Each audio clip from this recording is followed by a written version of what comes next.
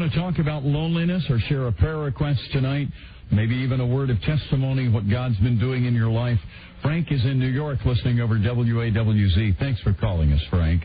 Good evening, gentleperson. Evening, sir. Anyway, I heard your topic about feeling alone, even alone in a crowd, and there are times when I feel alone in a crowd of one. And in my church, my pastor, Pastor Buzz Burbank, has stated on many occasions, I have taken drugs, I have imbibed in alcohol, I've had sex with women, but there's nothing like a good dose of Jesus Christ. And I was wondering if Jesus were alive today, if he would be listening to the Don and Mike show.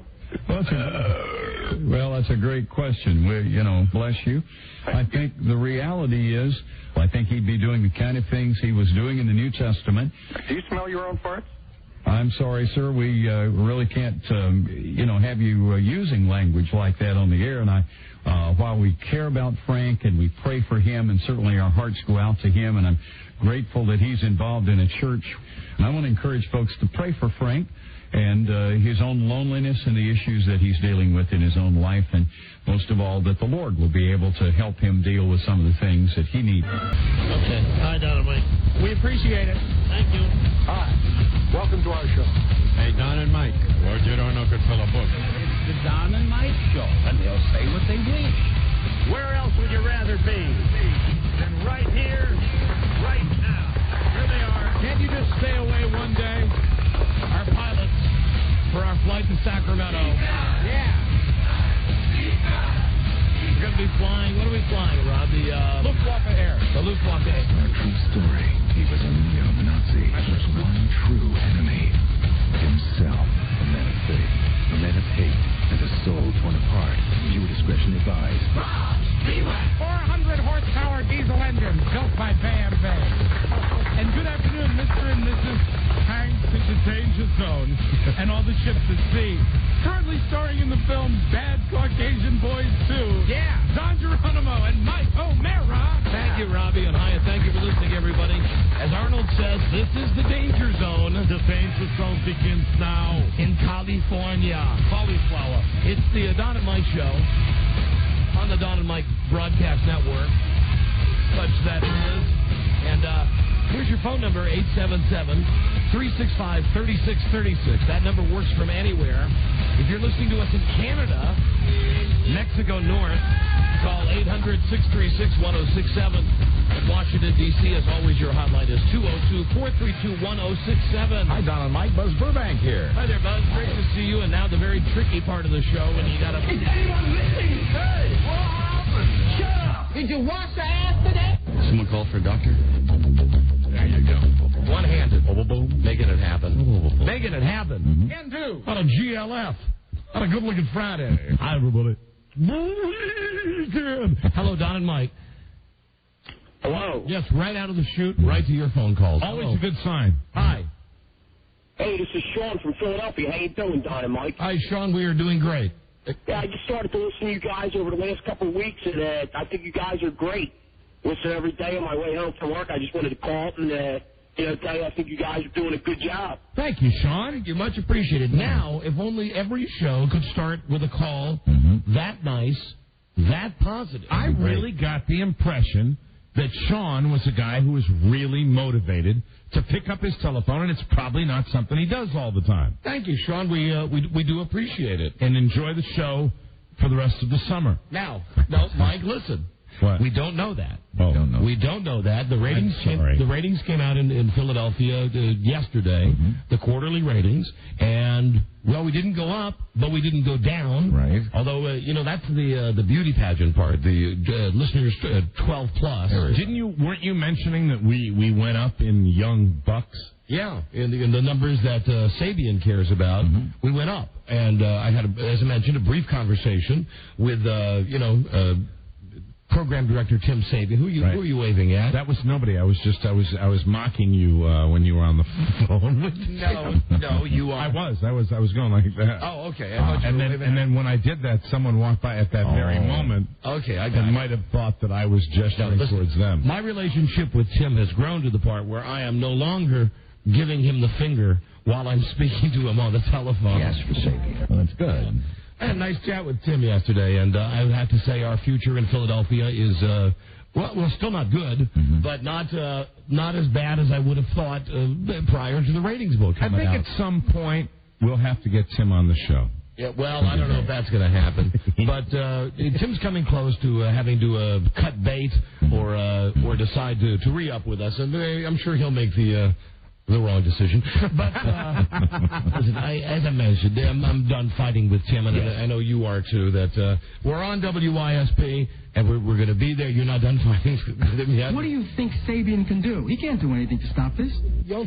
You only had one real fight with him. I've had about 1,000 real fights with him. Me. I mean, let's be honest. He really doesn't like me. I mean, you said something that indicated that his position on me is who do I think I am, right? Isn't that really the way he looks at me? But listen, I will say this to be totally honest. He has said the same thing to my face. Okay. He has said, who do you think you are? All right. Okay. And it was posed to me, who do you guys think you are?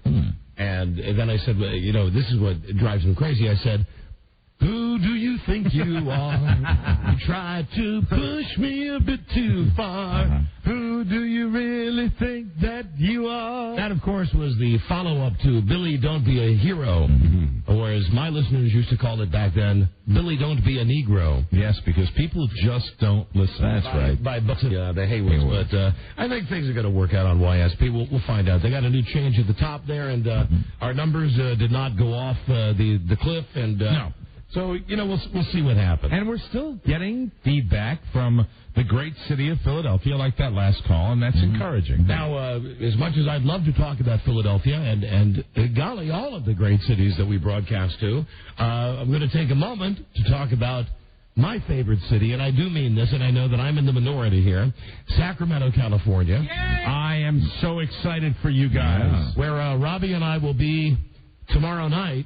Rob and I will be in Sacramento for a very low-key event at Club Aqua in Citrus Heights in conjunction with our radio station, KHTK. Go to KHTK.com for more information. And I know both of you are getting very excited about this. And there'll be no touching. Well, here's the thing. No signing either. Right? And why wouldn't we be excited? Do you have a different configuration with your cast today? Yes, I went back to the doctor today and found out. That is more dentist-like today than it just looks a little weird. Well, they needed 48 hours for the swelling to go down, and they found out that the middle two fingers on my right hand are broken. Wow. So now those two fingers are isolated in a cast. Right. And my pinky is finally free, and my index finger is free. Do you find better hand mobility with having your pinky free like that? No, it's the same difference. It's the same difference. And wiping has become just become a nightmare. Hard to keep the cast clean. Is that an orange cast? No. I can't tell you. I'm a little germ phobic to begin with, and just the thought of going back there and trying to scoop and clean with the right hand is something. Hey, you've scooped, Rob. Come on. That I can't do. So it's all left-handed right now, and I don't know. I can cheer you up. I heard the weather for Sacramento tomorrow. Yeah? Partly cloudy. 100 degrees. Well, wow. Why not bring it on? And I know that Rob and I will be in the best of spirits because the arrival time, California time tomorrow, because, no matter where you live in America, I'm convinced even if you live in San Francisco, which is an hour away, it's impossible to get a direct flight to Sacramento. I'm positive that you have to fly to Minnesota and then fly back to Sacramento. Yeah. The deal is, no matter where you, I'm exaggerating, of course, but no matter where you are on the East Coast, you just can't fly to Sacramento. Well, really, and I say this defending myself somewhat on my Sacramento position, that a lot of the reason that I always had a little problem with Sacramento, because it was so hard to get there from where we live. It was usually, and I'm not exaggerating, in many cases, 8 hours flight time. Well, here is Rob and the schedule for Rob and I tomorrow. I myself will be setting my alarm clock at 4:15 a.m. Because my hand is broken. I feel okay to drive to work, but I'm not going to drive all the way. And we have to fly out of Baltimore. Right. Got to go to BWI. You're lucky that it's a Saturday morning. You should be okay. So Rob is actually lucky because that's an hour closer to Minneapolis. So Rob is picking me up at 5:10, something like that, and then we'll make the hour drive to Baltimore. Right. Our flight leaves at 6:45. Then we go to Minneapolis, and Rob and I will spend an hour in the bar in Minneapolis. Right. Then we'll get back on the plane, and we arrive in Sacramento at 11:07. And if you keep it all on East Coast time, keeping in mind that I'm going to get up at 4 a.m., that's 4, 5, 6, 7, 8, 9, 10, 11, 12, 1, 2. Can that be right? Almost 12 hours? Yeah.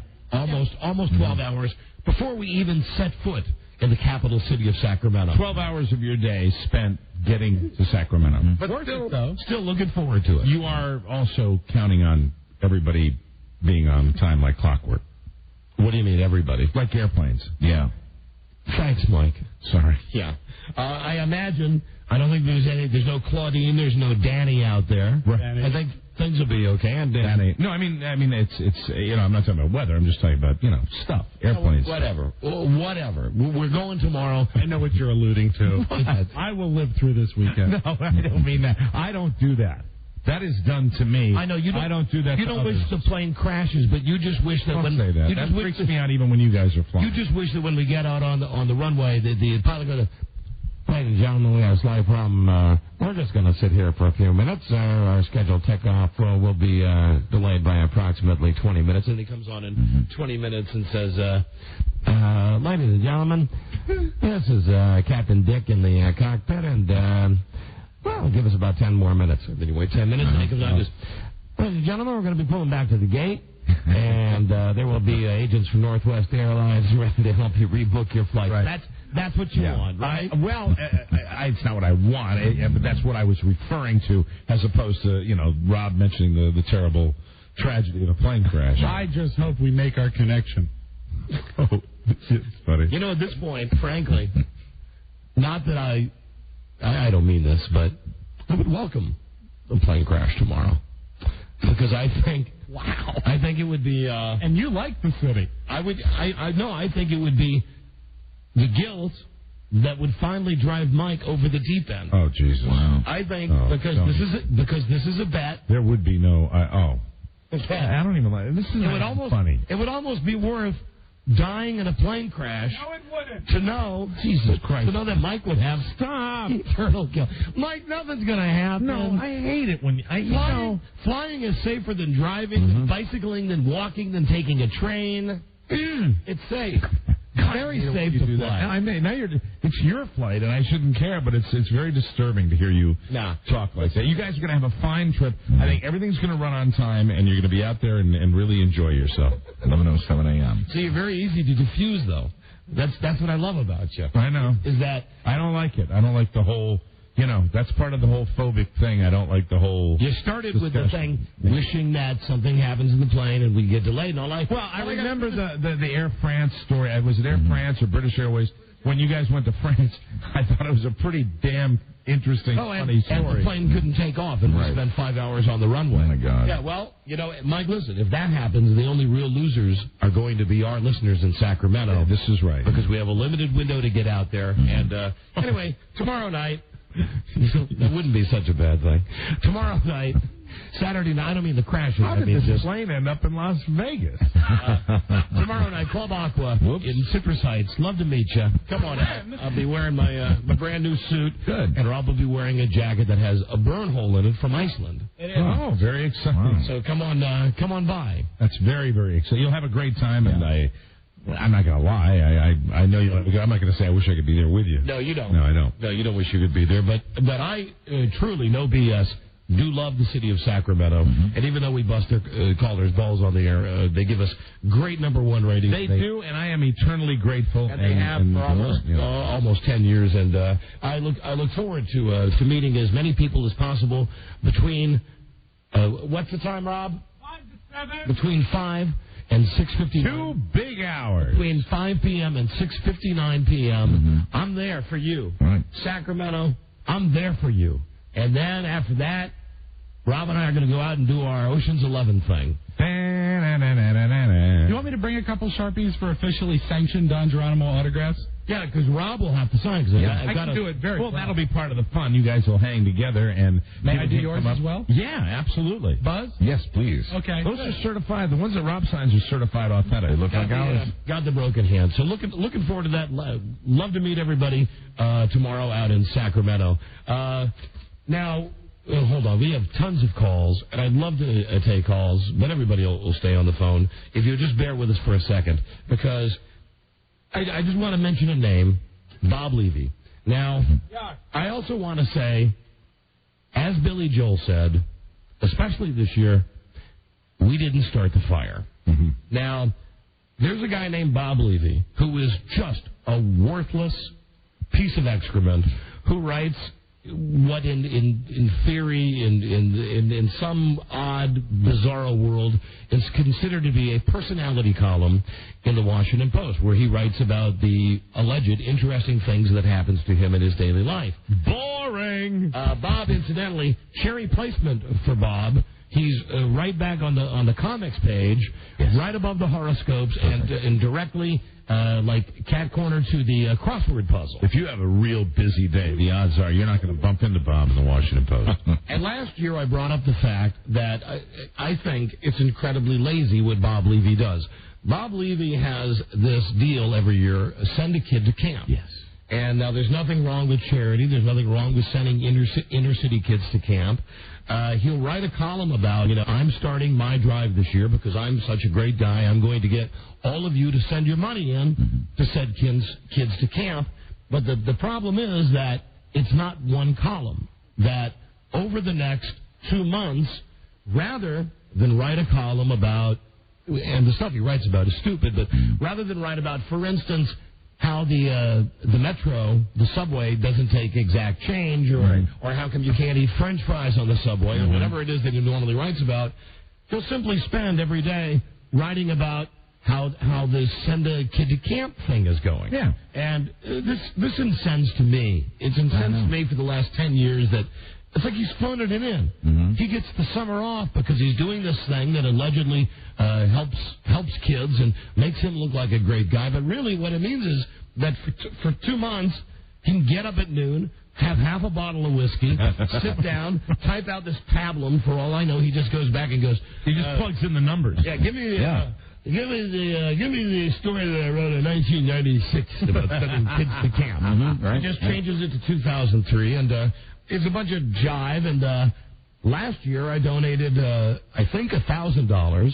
A lot. Because I said I would, and I challenged Bob Levy to match my donation, because he's asking people out there for their own money, and word got back to us that Bob Levy, the great helper of all who don't ask for help, donated $25 of his own money. Right. So, I wasn't even going to touch it this year, right? Because we went through it last year, and we had the whole big thing with him, and, I sent in $1,000, and all I got was a pre-printed card, that just said, Dear Space, and a computer wrote, Don, thank you for your contribution. What has he done to incense you this year? Well, first there's the thing in the Post today, in his column today, which is the same thing. Where he's writing about send a kid to camp and, let's get this thing going and we need the money. And I was going to ignore it. The goal by July 25th is $725,000 in hand as of yesterday. He has $349,000 to contribute, blah, blah. I wasn't even going to get into it.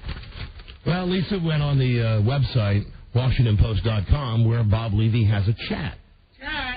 And keep in mind, we've not discussed Bob Levy for a year since the debacle last year, which I'd like to point out. I made a tax-free contribution of $1,000. I found out that Bob, the organizer, donated $25. So here is what he writes as he starts his Washington Post online chat today. Very good. Hello, chat guests. Blah, blah, blah. This is Bob Levy. And here is one of the first questions he gets. Now, they don't even bring up our names, but Bob Levy does. Okay. Here's the question. Bob, why not have some of the local and radio TV personalities as guests? I, for one, would have a few questions for them. Now, I guess he means... guests in his column? I think so, or in his online column. Bob Levy writes back, I've had Gordon Peterson, Dorian Gensler, and Dennis Owens in recent months. Who else would you like to see, hear, and meet? Please don't tell me Don and Mike. We're still feuding, for the best of reasons. They're still pea-brains, and they never apologized.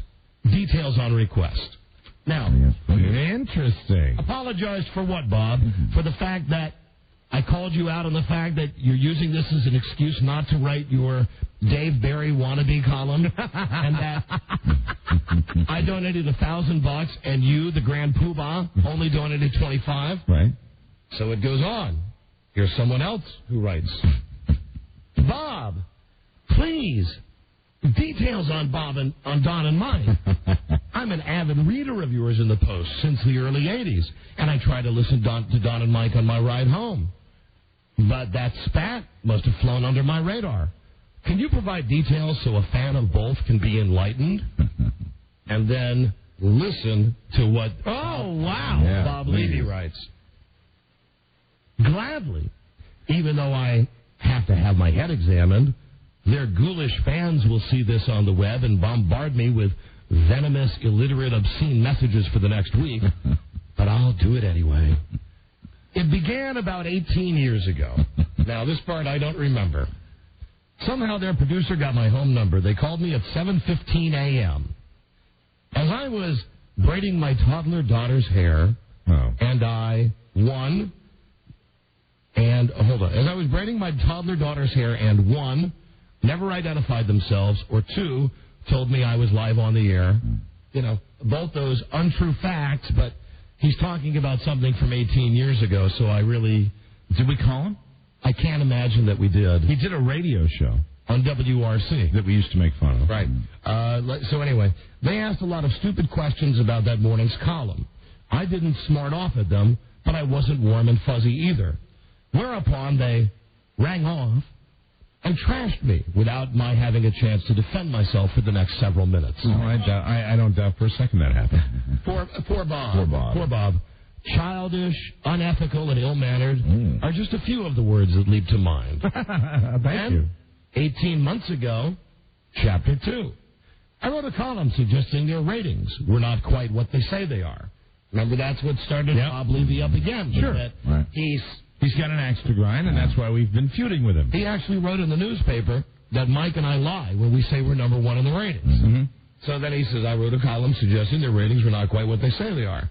I'm well aware that Arbitron surveys are done scientifically, but I'm also well aware, as is Arbitron, that you can slice and dice those numbers in many, many ways. Mm-hmm. Now, let me just say here, before I get back to this is a failed radio guy. Yeah. The ratings that we give you the exact friggin' ratings. As I said in Philadelphia, when I was talking about we don't have great ratings in Philadelphia, they were exactly the same from last book to this book. 2.7 to 2.7. Mm-hmm. That's it.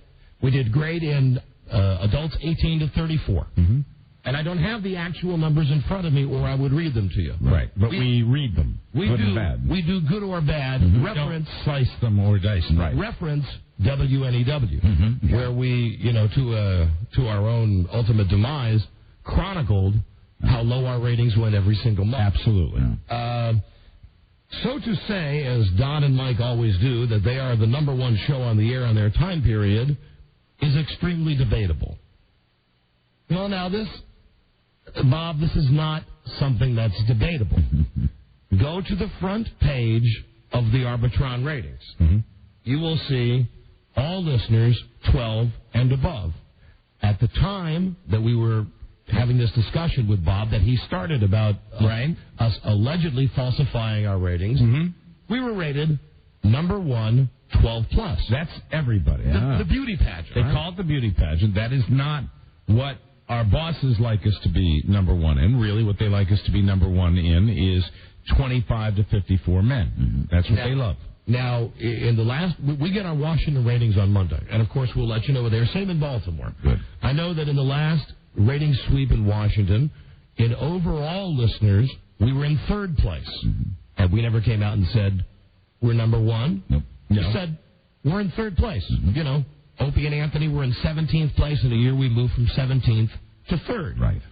And this is not slicing or dicing because we don't give you demographics like, one-eyed men with one nut and 3 toes on their left feet. Right. In adults, 25 to 54, men and women, we are always either number 1 or number 2. Right.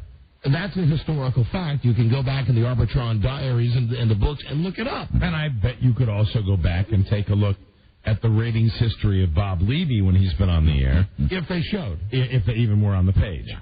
So anyway, sour grapes. Here we go. I'm always well aware that you can slice and dice those numbers in many, many ways. So to say, as Don and Mike always do, they are the number 1 show on the air in their time period is extremely debatable. Well, they gave out my office phone number and my email address and urged their rabid faithful to let me have it. As if they were lion tamers and they were letting the beasts square things up. If these idiots, and now he's talking about you people, if these idiots were my fans, I'd retire. These people are the most foul-mouthed, hostile people I've ever encountered. Thank you. Obviously, Don and Mike attract only the most sterling slice of the body politic. Why? Because they obviously belong to that slice themselves. And then here you go. Here's the final line from Bob Levy in today's Washington Post office. Sanctimonious bastard. Yeah. The guy who's got this whole big crusade to send kids to camp, which is really what we yelled at him about, which he conveniently never mentions. Man of the heart. They are goons. Their is for retarded 3-year-olds. Oh, all right. There you go. That's nice, Bob. Tell me, how many retarded 3-year-olds will you be sending to camp this year? So, I think Mr. Levy's got quite the axe to grind, and I say bravo. Yeah. Yeah. True colors. Fantastic. We didn't ask for it. We not said a word about the guy. Right. And he conveniently, when he writes about our history here with him, the fact that 18 years ago, and I don't doubt we did. Yeah, we called him up to bust his balls. And then, we again challenged him when he wrote in his column that we lie about our ratings.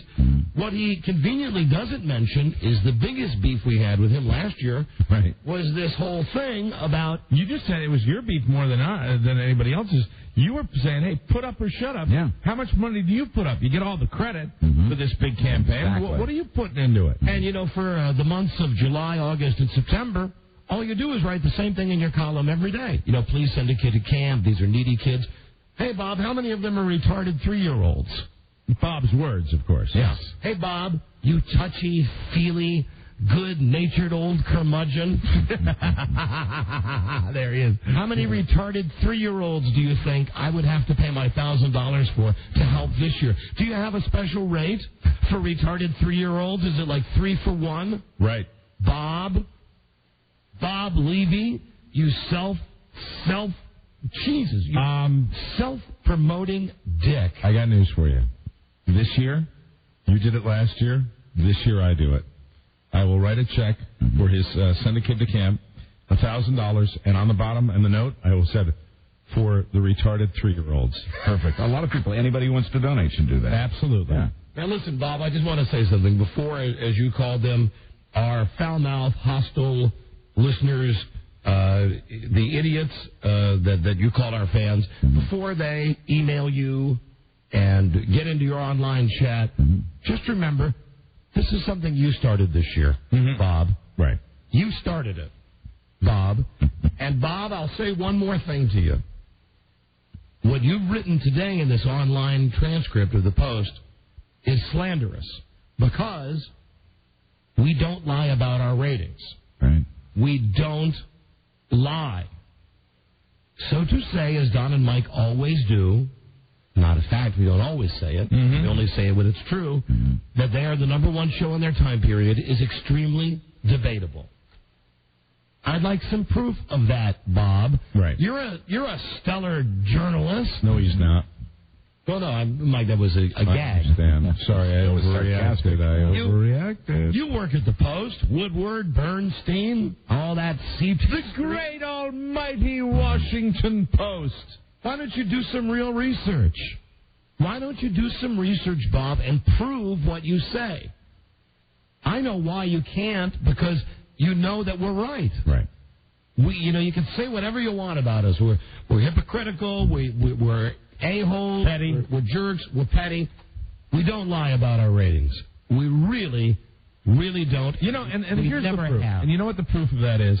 Anybody that's listened to this show for a long amount of time knows that we have been up and we have been down. Mm-hmm. We have had wonderful successes here in Washington. We have also had startling failures that we've told you about. I remember when we were 14. Yeah, we had buttons printed up. We tell it like it is. Yeah. This guy, here's the thing.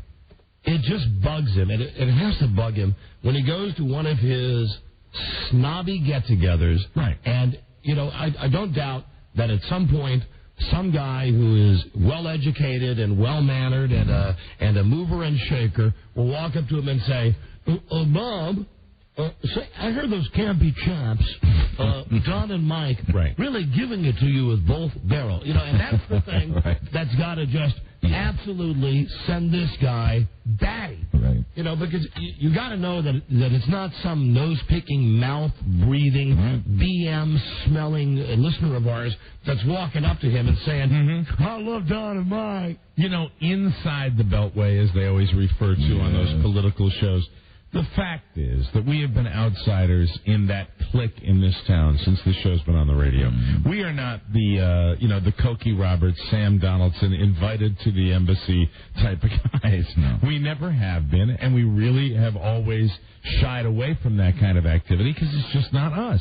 And this group that is part of this media conglomerate, the Cokie Roberts Society, I like to call them, it's the same people that involve themselves in the same circle J all the time, and it gets frustrating. To summarize, Bob, you say, and I'm quoting you now in today's Washington Post online chat, as if they were lion tamers and letting the beast square things up. If these idiots, our listeners, were my fans, I'd retire. These people were the most foul-mouthed, hostile people I've ever encountered. And then your last line, Bob, your words, not mine. Their show is for retarded 3-year-olds. Hey, Bob, welcome to our level. Mm-hmm. Yeah. Bob. He's slamming us, and then he comes right down there. How's the air down here, Bob? Bob. And incidentally, Bob, that $1,000 that I sent, what'd you do with it last year? Because I did put my money where my mouth was. I gave you a hard time. I said, I think this is bogus, that you want desperately to be Tony Kornheiser or Dave Barry or one of these humorists, and you just don't have it. So for 2 months in the summer, you phone it in, and you write this crap about, doing like Jerry Lewis thing, like, oh, I'm the great one, going to help everybody out. And the worst thing about Bob Levy, and I base this on his columns and on hearing him on the radio, this is a guy that really thinks that he is better than other people, and obviously, and screw that. And I am going to urge our listeners to email him at the Washington Post, but please do it in a civilized way. Yeah, not obscene. Don't give him what he'll look for. Don't give him. Yeah, I agree, and I think that we've got we can prove to him what kind of listeners we have, and we have listeners that have written things to people on our behalf that have been very, very well done, very articulate. And you know what? Yeah, don't give them the material this time. We rarely do this. And I would urge you, and we have not urged people to write him in the past, but I'm going to urge it now. Please, in whatever way you choose, whatever form you choose to contact him, try to work in the fact that Bob, who is putting on this very humanitarian drive to send needy kids to camp, in the very same breath writes that we are goons and our show is for retarded 3-year-olds. Wow. Little odd. Bobby. Well, what's the matter? You come down off that pedestal for a while there, Bob? What's the problem, Bobster? The Bobster. Hey, B-Man. What's up, dude? Hey, Bud, what's your problem?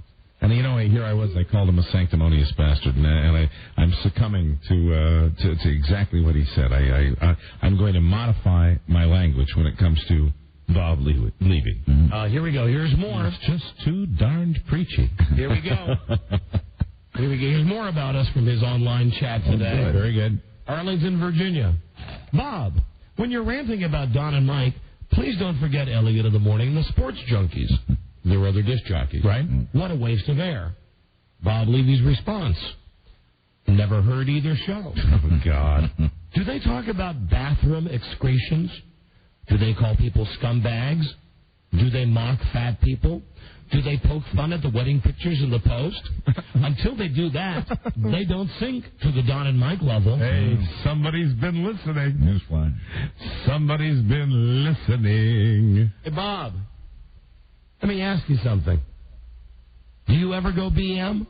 Do you ever? Have you ever discussed it with anybody? He doesn't. Well, hey, Bob. and making an effort, Don, to keep it on a high level. If he does, I would gather that he does not feel that there's any appreciable odor. Bob, and while Mike and I may call people scumbags, I'm writing here that you think our listeners are the most foul-mouthed, hostile people you've ever encountered, and we attract only the most sterling slice of the body politic, and that we are goons, and that our show is for retarded 3-year-olds. Goons. I like that. You know what?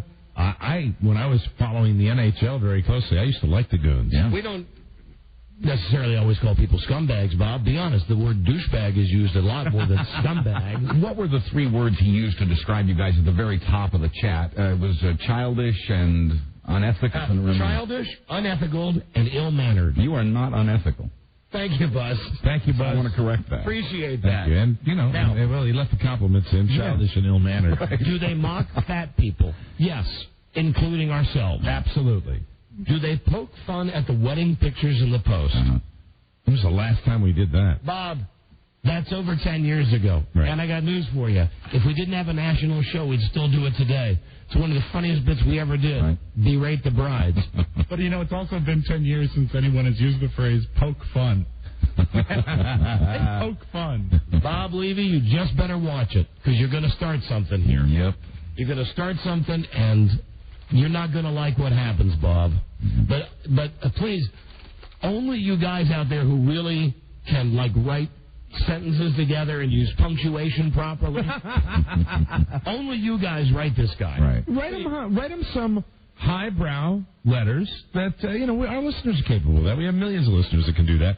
And, give them our point of view. And listen, I don't mind you saying, I use, more than Mike, I call people retards and stuff all the time. But I'm not holding myself up as holier than thou and one who decides what's good and what's bad and somebody who wants to set the moral compass for the Washington, D.C. area. Right. So, Bob, I would say you, my friend, are the most foul-mouthed, hostile person I've ever encountered. Bob, and furthermore, I'd like to find 3 retarded 3-year-olds, or it doesn't say a number, just retarded 3-year-olds, but 3 of them would be nice, and bring them one day to meet Bob Levy. Hey, Bob, I have a question for you if you're listening, and I'm just wondering if this has ever happened to you. You ever get somebody walk up to you personally, tap you on the shoulder, and say, a very close loved one of mine died, and I was coming back from the funeral, and your show was the only thing that put a smile on my face? Do you think that's ever happened to you, Bob? I don't think it has. And it's happened to us on a number of times, a number of occasions. And I will tell you right now. I find it hard to believe because we're goons. I will tell you that it's just about the single most satisfying thing I ever hear from a listener, and I've heard it time and time and time again, and it's what makes me get in my car every day and come to work and enjoy what I do, because I know that when we goons are doing our thing, Bob Levy, childish, unethical, and ill-mannered, we are having a lot of fun, and we are sharing that fun with a lot of people that listen, because there's laughter involved in it, and there's laughter involved in the show every single GD day. And Bobby L., you need to have some fun, dude. Yeah. You need to loosen up that collar on that blue shirt and undo that yellow power tie. And just chill out a little, Bob. Let you spend some time with some retarded 3-year-olds. Oh, and Bob, I think it's out of the Bible. I'm not a big Bible reader, but judge not lest ye be judged. Allie. You said ye. That's right, ye. Judge not lest ye be judged. That's all I've got today. But and anybody that's ever heard this guy and anybody's ever read his column, he just thinks he is some sort of moral authority, and those are the people you got to worry about. Yep. Absolutely right. Relax and take some Benadryl. Call your good friend Pat Robertson. Call your good friend David Duke. Talk about how effed up the world is. Talk about how weird goons. And then write a column sometime about somebody who's eating French fries on the subway. And how that really irritates you, Bob. And how horrible that is. And Bob, look on your mantle at home at all of those books by Dave Barry. Every day. Every day as you look at them and you go, that should be me. I'm just not funny. All I can really do is tell people what to do. I'm good at telling people what I think they should do. It's not even what is that column? It's not a humorous column. It's not an advice column. The actual newspaper, right? Bob's place. Its opinions are lame. There's a type of person that does that. I mean, I think they exist at the very smallest newspapers in America. Well, Mike, that's why I said look at the placement of the column. Right. It's on the next page, incidentally, is Kids Post. The next page is like for non-retarded 3-year-olds. He's on the same page as Blondie and Beetle Bailey and the horoscopes and the crossword puzzle and the jumble. He apparently, if I remember it right, there was actually a real columnist at the Post like 30 years ago that did human interest stuff and actually had a good column. And Levy just sort of hung around and waited for the guy to pass. Well, Art Buchwald wrote for the paper. He was syndicated. Yeah, he was nationally syndicated, but he's more right? of a fiction guy. There was another columnist that was like. But I mean, I hold up, a legendary columnist like Art Buchwald who wrote. How many columns would that guy have written that really, legitimately would make people laugh? I mean, a guy that really was so talented that he could. I mean, it's an art form to be able to do that successfully. And Bob, for the last time, we don't lie about our ratings. Don't allege something like that. Really, be very careful what you write in the printed medium. Bob. How many times have you read something from Tony Kornheiser that literally makes you laugh out loud? I mean, Tony can do that. A lot of the time. Tony is capable of doing that. I have never read anything that Bob Levy has written that would really make me laugh out loud. Bob Levy's column should always be called Thoughts from a Man with a Stick Up His Ass. I like the title. Here is now, to show you I'm not lying, here's today's Washington Post. Okay. The style section. He's on page 39. The headline is, at camp, we got the old lady back. And I'll tell you what else is on the same page as Bob. Okay. This is how important he is to the Post. Right. Kathy. The Boondocks. Oh, they're good. Dennis the Menace. The Family Circus. Garfield. Classic Peanuts. The Wizard of Id. And Mark Trail. Wow. Now, really, those are referred to, and they always have been, as the funny papers. Sure. I submit to you. Nothing funny about his column. That Mr. Levy is in the wrong part of the paper, but put him in the classified. He should be in the obituaries. The obit. Perfect. Would be perfect for him. That's it. I'm done on him. We've said what we have to say. That was great fun. And one last thing about when you're talking about laziness in a column, I guess if you figure 5 a week, about 20 a month, right?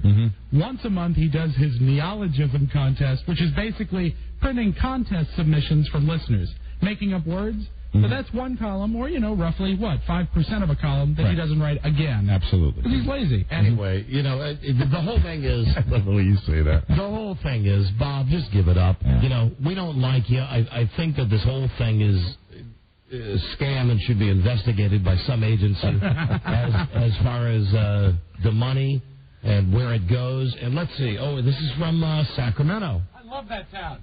There you go. And, Bob, these are real ratings. The ratings book just came out today in Sacramento. Very good. Let me see.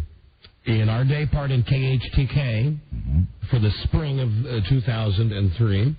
Men 25 to 54. And, Bob, this is not slicing and dicing these numbers. That is a demographic that everybody wants. It's a demographic that's printed out where the rankings are shown.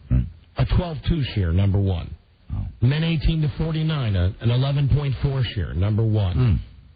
Men 18 to 34, an 11.7 share, number one. Adults 25 to 54, the money demographic, 7.0, number two. And among all listeners, and this is the one that you want to go to, Bob, the beauty pageant. Oh, we're only number two. Oh, no. Ouch. Only number two with a 5.4. Those are real ratings, Bob, and those aren't even from Washington, D.C. They're from Sacramento. How about you, Bob? How about you, Bob? Bob. Oh, and incidentally, in 3-year-old retards, yes, we have a 100 share. Yay! 100 share. Fantastic. Anyway, that's it on that guy. Always fun to talk about that guy. One of our favorite people. You know, Bob, when are you going to learn? Just stop it. Just stop it. We weren't even going to go after you this year. But now look what you've done. You started it. Look what you've done. And anybody out there with 3 retarded children, please write him. Please write him and tell him that your 3 retarded children love our show and hate him. It's actually not 3 retarded children. It's retarded 3-year-old. Children. Well, that makes the odds even easier. Absolutely. Just a person with a retarded 3-year-old. Right? And say, you know, my son Charlie Broyhill loves the Don and Mike show. Boy, we got Bob passionate, didn't we? Thinks you're a goon. And we got him passionate. Well, you know, he's got a bug up his butt about us. He sure does. Obviously. All right. So that's that. And that one I mean. Unlike yesterday, you know, we're way late. Robbie, just give me 30 seconds. Ready? Because go. I think the funniest thing is yesterday, y'all should know that really, gosh, I know you think I'm an idiot, but I'm really not as dumb as I appear. That I'm laughing constantly. I mentioned that I read that thing on a website, one of my favorite sites, DCRTV.com, right, where the guy was, you know, counting the number of days we took off. Okay, right. Okay. Well, I got home last night and I logged on, and I logged on this morning, and there's like 80 messages from people, all writing various opinions of me and you and the show and how I don't understand that the internet is like today's water cooler and I'm a hypocrite and I'm a big mouth. Here's what you guys don't get. And I said this to Rob before I even said that yesterday. I'm going to say this, and I guarantee by tomorrow you're going to go to that site and all you're going to see is people writing about us. Really, there's always a method to my madness. I just wanted to be amused. Yeah. I wanted to be amused. You know, the whole point of being in radio is to make this show top of mind. Right. And if we're not top of mind, if I got to say something to make people write stuff, whether it's good or bad, it worked. And it was a little foray into the basement of the science. Absolutely. Trust me, you don't have to write that Don doesn't understand that the internet is today's water cooler. A water cooler for nerds. I get it. It's just a fun exercise to see how many people would write back. It's a water cooler where you can say you're a dashing 6'2" former football player when in fact you're a 300-pound pimple-faced nerd. But anyway, I only bring that up to let you know. That was shtick yesterday. I wasn't really mad at that guy, just doing that to get a reaction. The Bob Levy thing, though, this, I swear to God, that's true. Because this guy is just way up there on my most wanted list. And take us out of the equation. It's just the way he preaches, the way he thinks. You know, his S doesn't stink, right? Right. And that's just annoying. And, Bob, you do have S, and you do have excrement. And all those guys, you know, and there are guys like that all over the country that preach and look down their noses at people. And I'll tell you something, that they should all be called on the carpet once in a while, and they hate it when they are. And that's what Bob Levy's doing, reacting to us. I bet he has runny, foul BM, too. Oh, probably some of the foulest you've ever experienced. So we have to break. I'd love to take some of these phone calls. you're better than this. No, we're not. No. Stop thinking that. We're not better than this. No, we're petty. Our pettiness is part of the charm of the show. I'm not going to take the call that says, stop picking on Bob Levy. You're giving him cheap shots. Because he started it. Yeah. He started it. What do you call, saying our listeners are retarded 3-year-olds? Is that a cheap shot? Here you go. Are you the guy who says, stop picking on Bob and taking cheap shots at him? Don, your hand is broken. My career is broken. Are we both equal now? Who is this? This is Bob Levy. God, this is the Morris Jones guy. I should have known that. The Morris Jones guy sounds a little bit like Bob Levy. It's too great. Right. It's too great a setup of a hate call to believe. All right. Okay. Guys. All right, we got a break. Goodbye. See ya. It was just the Morris Jones guy. Yeah. Sure. Pretending to be Bob Levy. We'll be right back. I'll veto that. I'm sorry. Sorry about that. No secret sound? No time. No time. We just did a 55-minute opening break. Wow. I love it. We'll be right back. This is not because of my hand. This is because of the equipment around here. Oh, dear. Okay, so now we'll be right back. Do you still love it? I love it. This is the Don and Mike Show. And she was saying that she was 2 weeks pregnant. And I didn't believe it because when you're 2 weeks, just 2 weeks pregnant, you can't really tell just because you haven't seen your menstruation. The Don and Mike Show.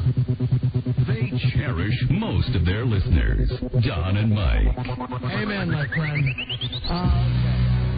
A couple of calls went on with the show. Hello, Don and Mike Show. Hello. Howdy. Hello. How you doing? Hello. Hello. Hey, how you doing? Hello. Oh.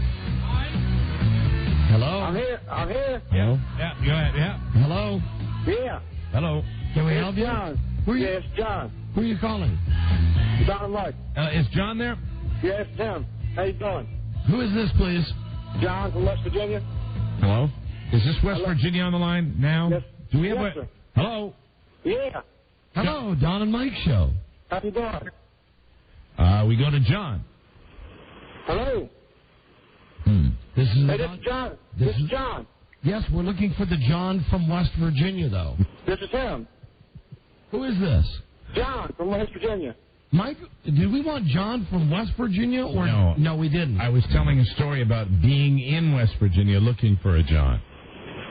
No, this is John from West Virginia. I just want to say something about SpongeBob Bob there. Hello. Listen, we appreciate your viewpoint, but can you hold on, please?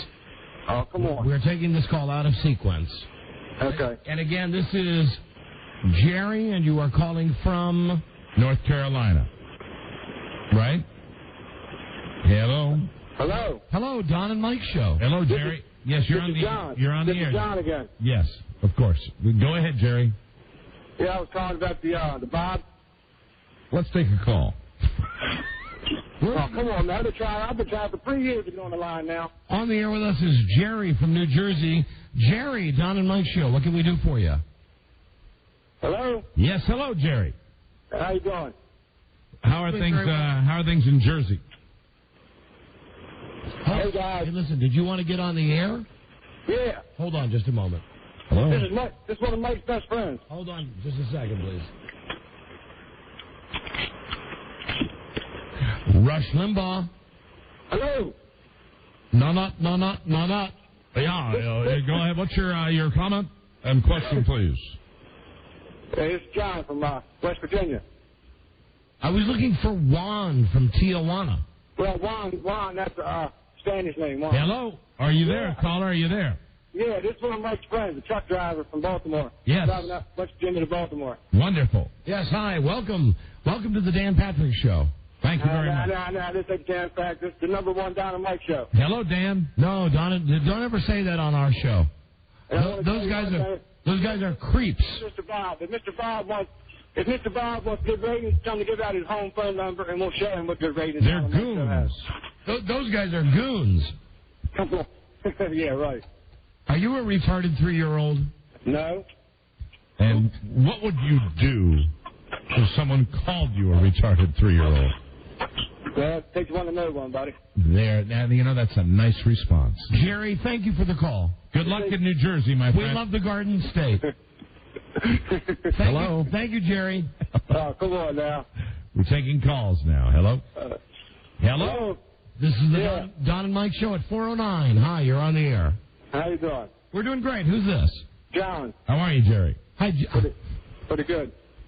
Let's go to the next call. Jason? We're looking for Jason calling us. How you doing? Operator? Yeah. Hello. Mike, joining us now is Ron from Vancouver. How are you, Ron? We love our Canadian listeners. What's happening in the Great White North? Not much. Okay, Great. thanks for the call. Bye-bye. Hello? Bye-bye. That's all we were looking for is really a direct answer to a question. Hello, Don and Mike. My boys, my boys. Boys, my boys. Oh, my Peter. Well, I got something to say about this Bob Levy character. Yeah. That'll be enough of that S. I think what he wrote was an insult to my family, to my daughter, to my doctor. My doctor. If he does it again, I'd like to rip his tongue out by the roots. Thank you very much. Thank you very much. Thank you. You're a great caller. Hello, Don and Mike Show. Yeah, I made a comment about John from West Virginia. I think that's a retarded 3-year-old y'all were looking for. Hello? Buzz takes one to know one. That was great. Hello, Don and Mike. Hey, y'all. Hey, you all. A riddle. It's not a joke. It's a riddle. Guess what sanctimonious newspaper hack is subbing for Paul Berry right now on WTNT in the Washington, D.C. area? Are you kidding? Oh, well, there you have it. Well, there it is. That has to be the reason. There it all is. It makes sense. See, WTNT is a station that, has no ratings. They don't show up in the ratings book. They have no ratings. So Bob Levy is doing a shift on that station today. Because Paul Berry is on vacation. And Paul Berry is a friend of ours, and that is now it all makes sense. Rob, would you give me the request line of that station? And it seems like this would be a wonderful time for Bob to okay. just how honorable a man he is. To us, but thank you, my Great friend. man, thanks. Thanks Thank for you. the tip. Because I'd love to. I'll call. I can't put his voice on the air without his permission. Right, exactly. But I would love to call and just say, hey, set up. Hey, Bob, you're a great charitable guy. Hey, I was reading in the online chat today. I was terribly offended by your comments about 3-year-old retarded children. Hello there, Don and Mike Show. Hello, Don and Mike. How are you? Pretty good. This is Joe from Seattle. Yes, hi, Joe.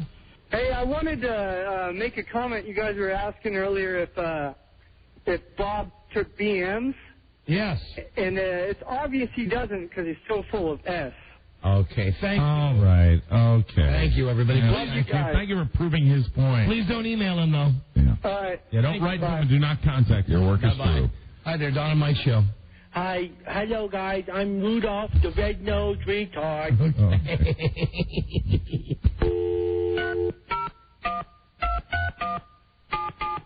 Calling the request line now. Let's see. Hello, and thanks for calling Clear Channel AM Washington, home of Sports Talk 980.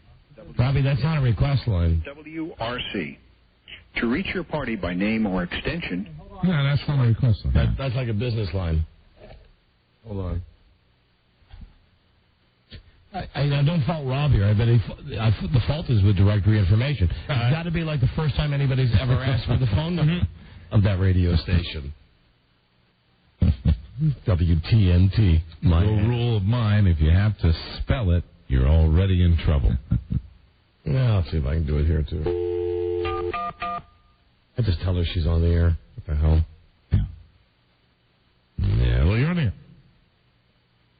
Reading calling information. Nationwide 411. Make progress every day. What cities and states?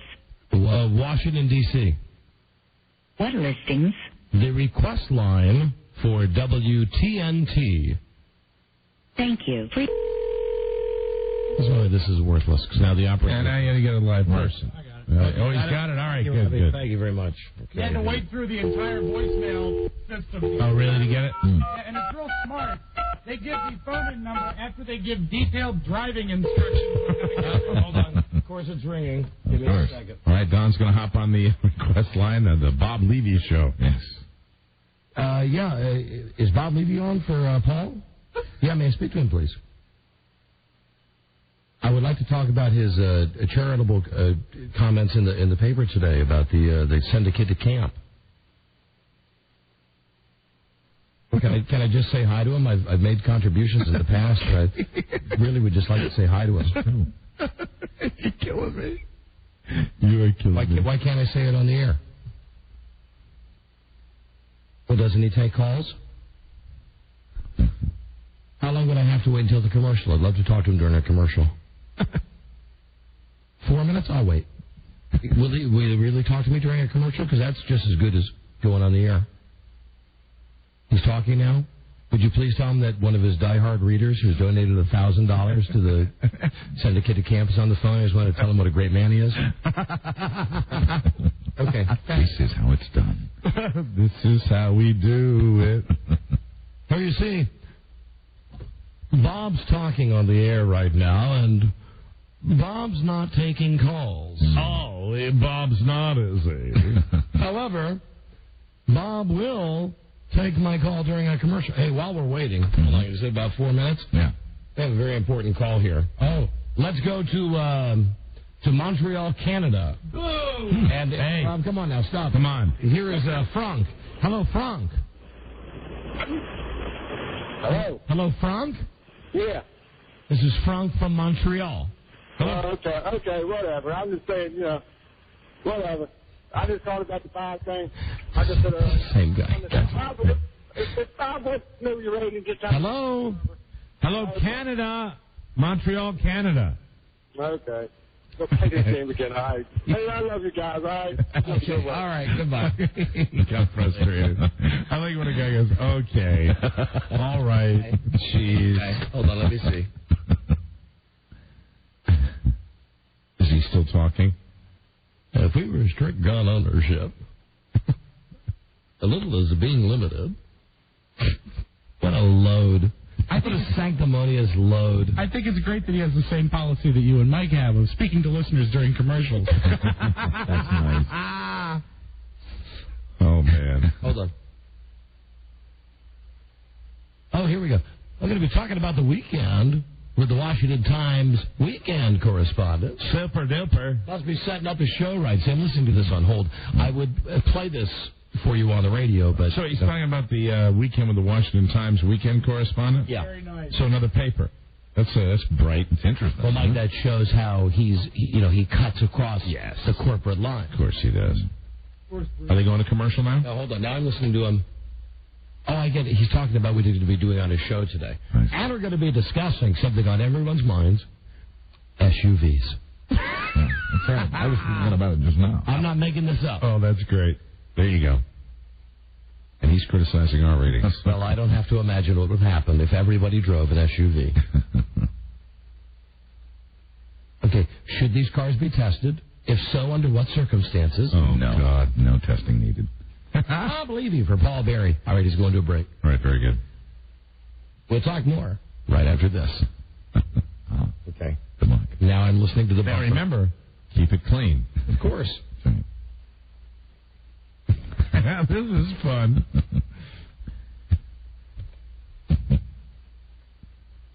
He's still talking. It's 4:18. Let's check rush hour traffic. Ring. Okay, I probably got to wait for him to get done with the traffic, lady. Then we'll see if his retarded 3-year-old producer will tell him that he's got a big fan on the line. Very good. Big fan that wants to tell him how great he is. Fans! I'm one of your fans! One of his money fans. Bob Levy. Hey, I thank you for taking my call. I wanted to say that I love your column and I love listening to you, and I wish I could have gotten on the air with you.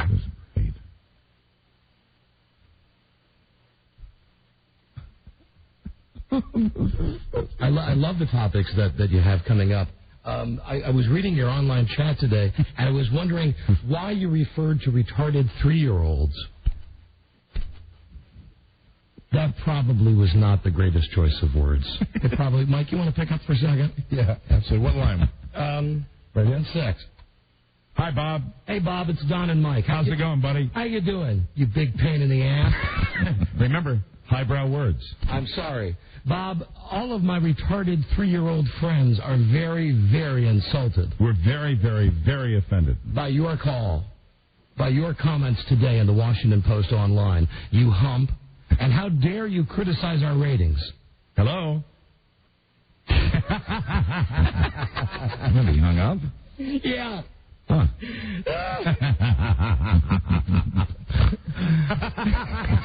There's the love. How great was Oh, yeah. And all I hear is, yeah. Was that his tone? Did his tone start out nice? No, his tone was that typical condescending Bob Levy. Hi, this is Bob Levy. I'm a big fan of the column. Yeah, I'd love to get on the air. Well, perhaps we can get you into some of the topics we're going to be talking about today. Click. Click.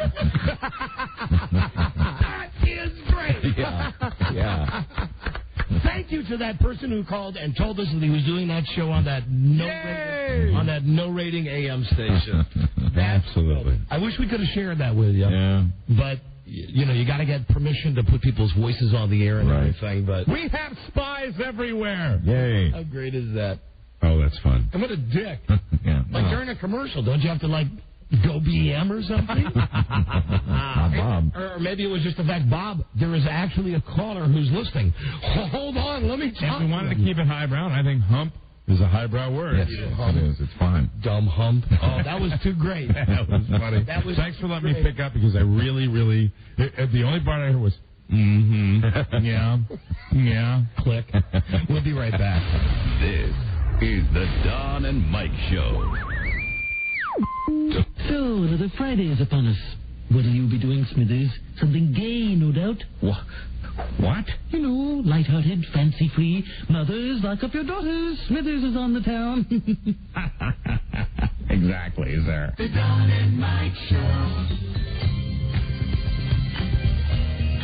Is anyone listening? You can call Don and Mike anytime from anywhere in America.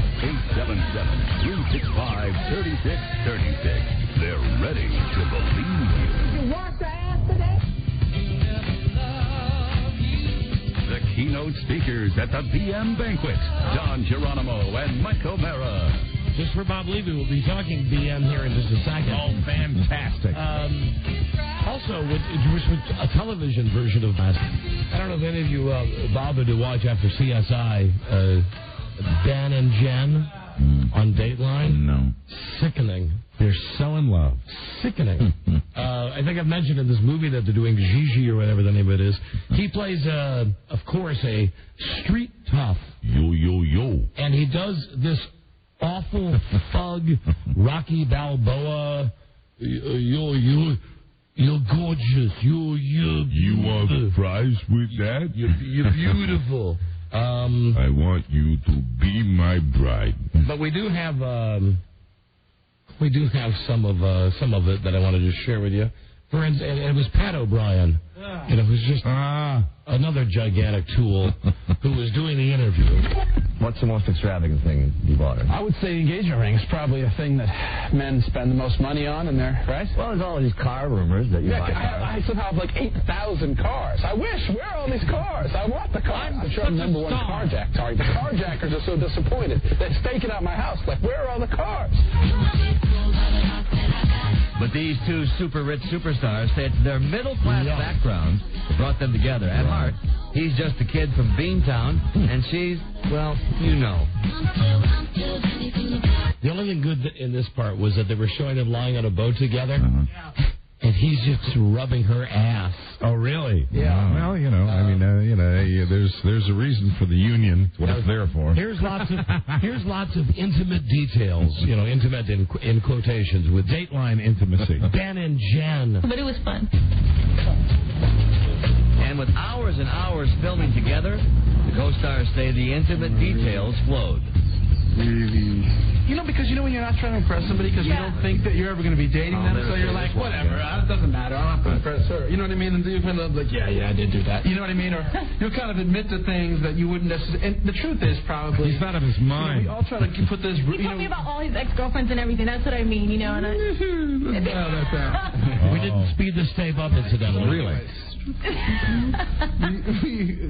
When you put out like a kind of a representative, it's like Chris Rock says, when it's like the two representatives. He wasn't it's trying not to rap really to me. That's and instead I just and I think she was the same way, so we kind of worked out a cool way to do it. So it was great. You get to know each other. What are they talking about? Yuck. What are they talking about when they babble? They don't know. They're just jabbering. They were talking about when they met that he felt that she was unavailable since she was married to her publicist, and so he didn't feel the need to put on airs. Well, I think it's not that he's just a kid from Beantown and she's Jenny from the block that they have in common. I get the distinct impression that it might be an IQ issue.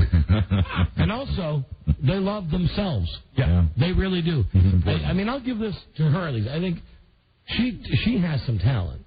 But I think she really is actually an underrated actress.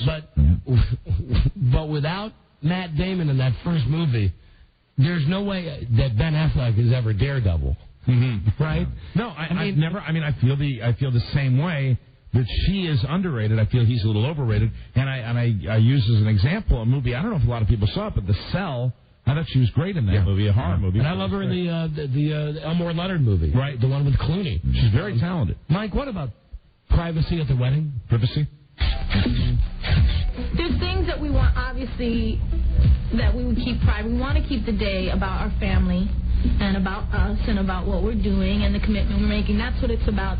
Because America is just absolutely swinging off ledges, wanting to know, is today the day Ben and Jen are getting married? Do you know, there's a part of me that really, I don't think they're totally at fault with this. Who's created? Where does this come from? But who's allowed it to be created? I mean, do you really think they have a choice in that? No, here's the thing. Pat O'Brien calls up, Dateline calls up and says, we want to do an hour. Right, okay. We want to do an hour-long special just on you guys. Now, they could say, okay, well, we're doing it to promote this movie. Right. But they go on a press junket to promote the movie. Yeah, that's true. And the thing has to be presented to them as it's not a commercial for the movie, it's Ben and Jen. I guess what the point I'm making? Two crazy movie stars in love. I think really that if you're not completely down with it and sophisticated, you're going to buy into it. I mean, first of all, this is a wonderful window into domestic tranquility. Isn't it nice? Good luck keeping that wedding private. Look what happened when we were filming right there in their own backyard. Where? Right there. Oh, my God, there's paparazzi right there. See? That's a real fucking window into a day in the life. This is crazy.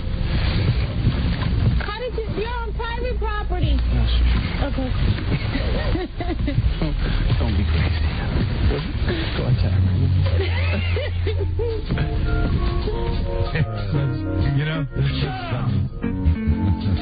Poor Ben and Jen. We were actually able, as a nation, to watch a paparazzi come on their mansion property. Wow.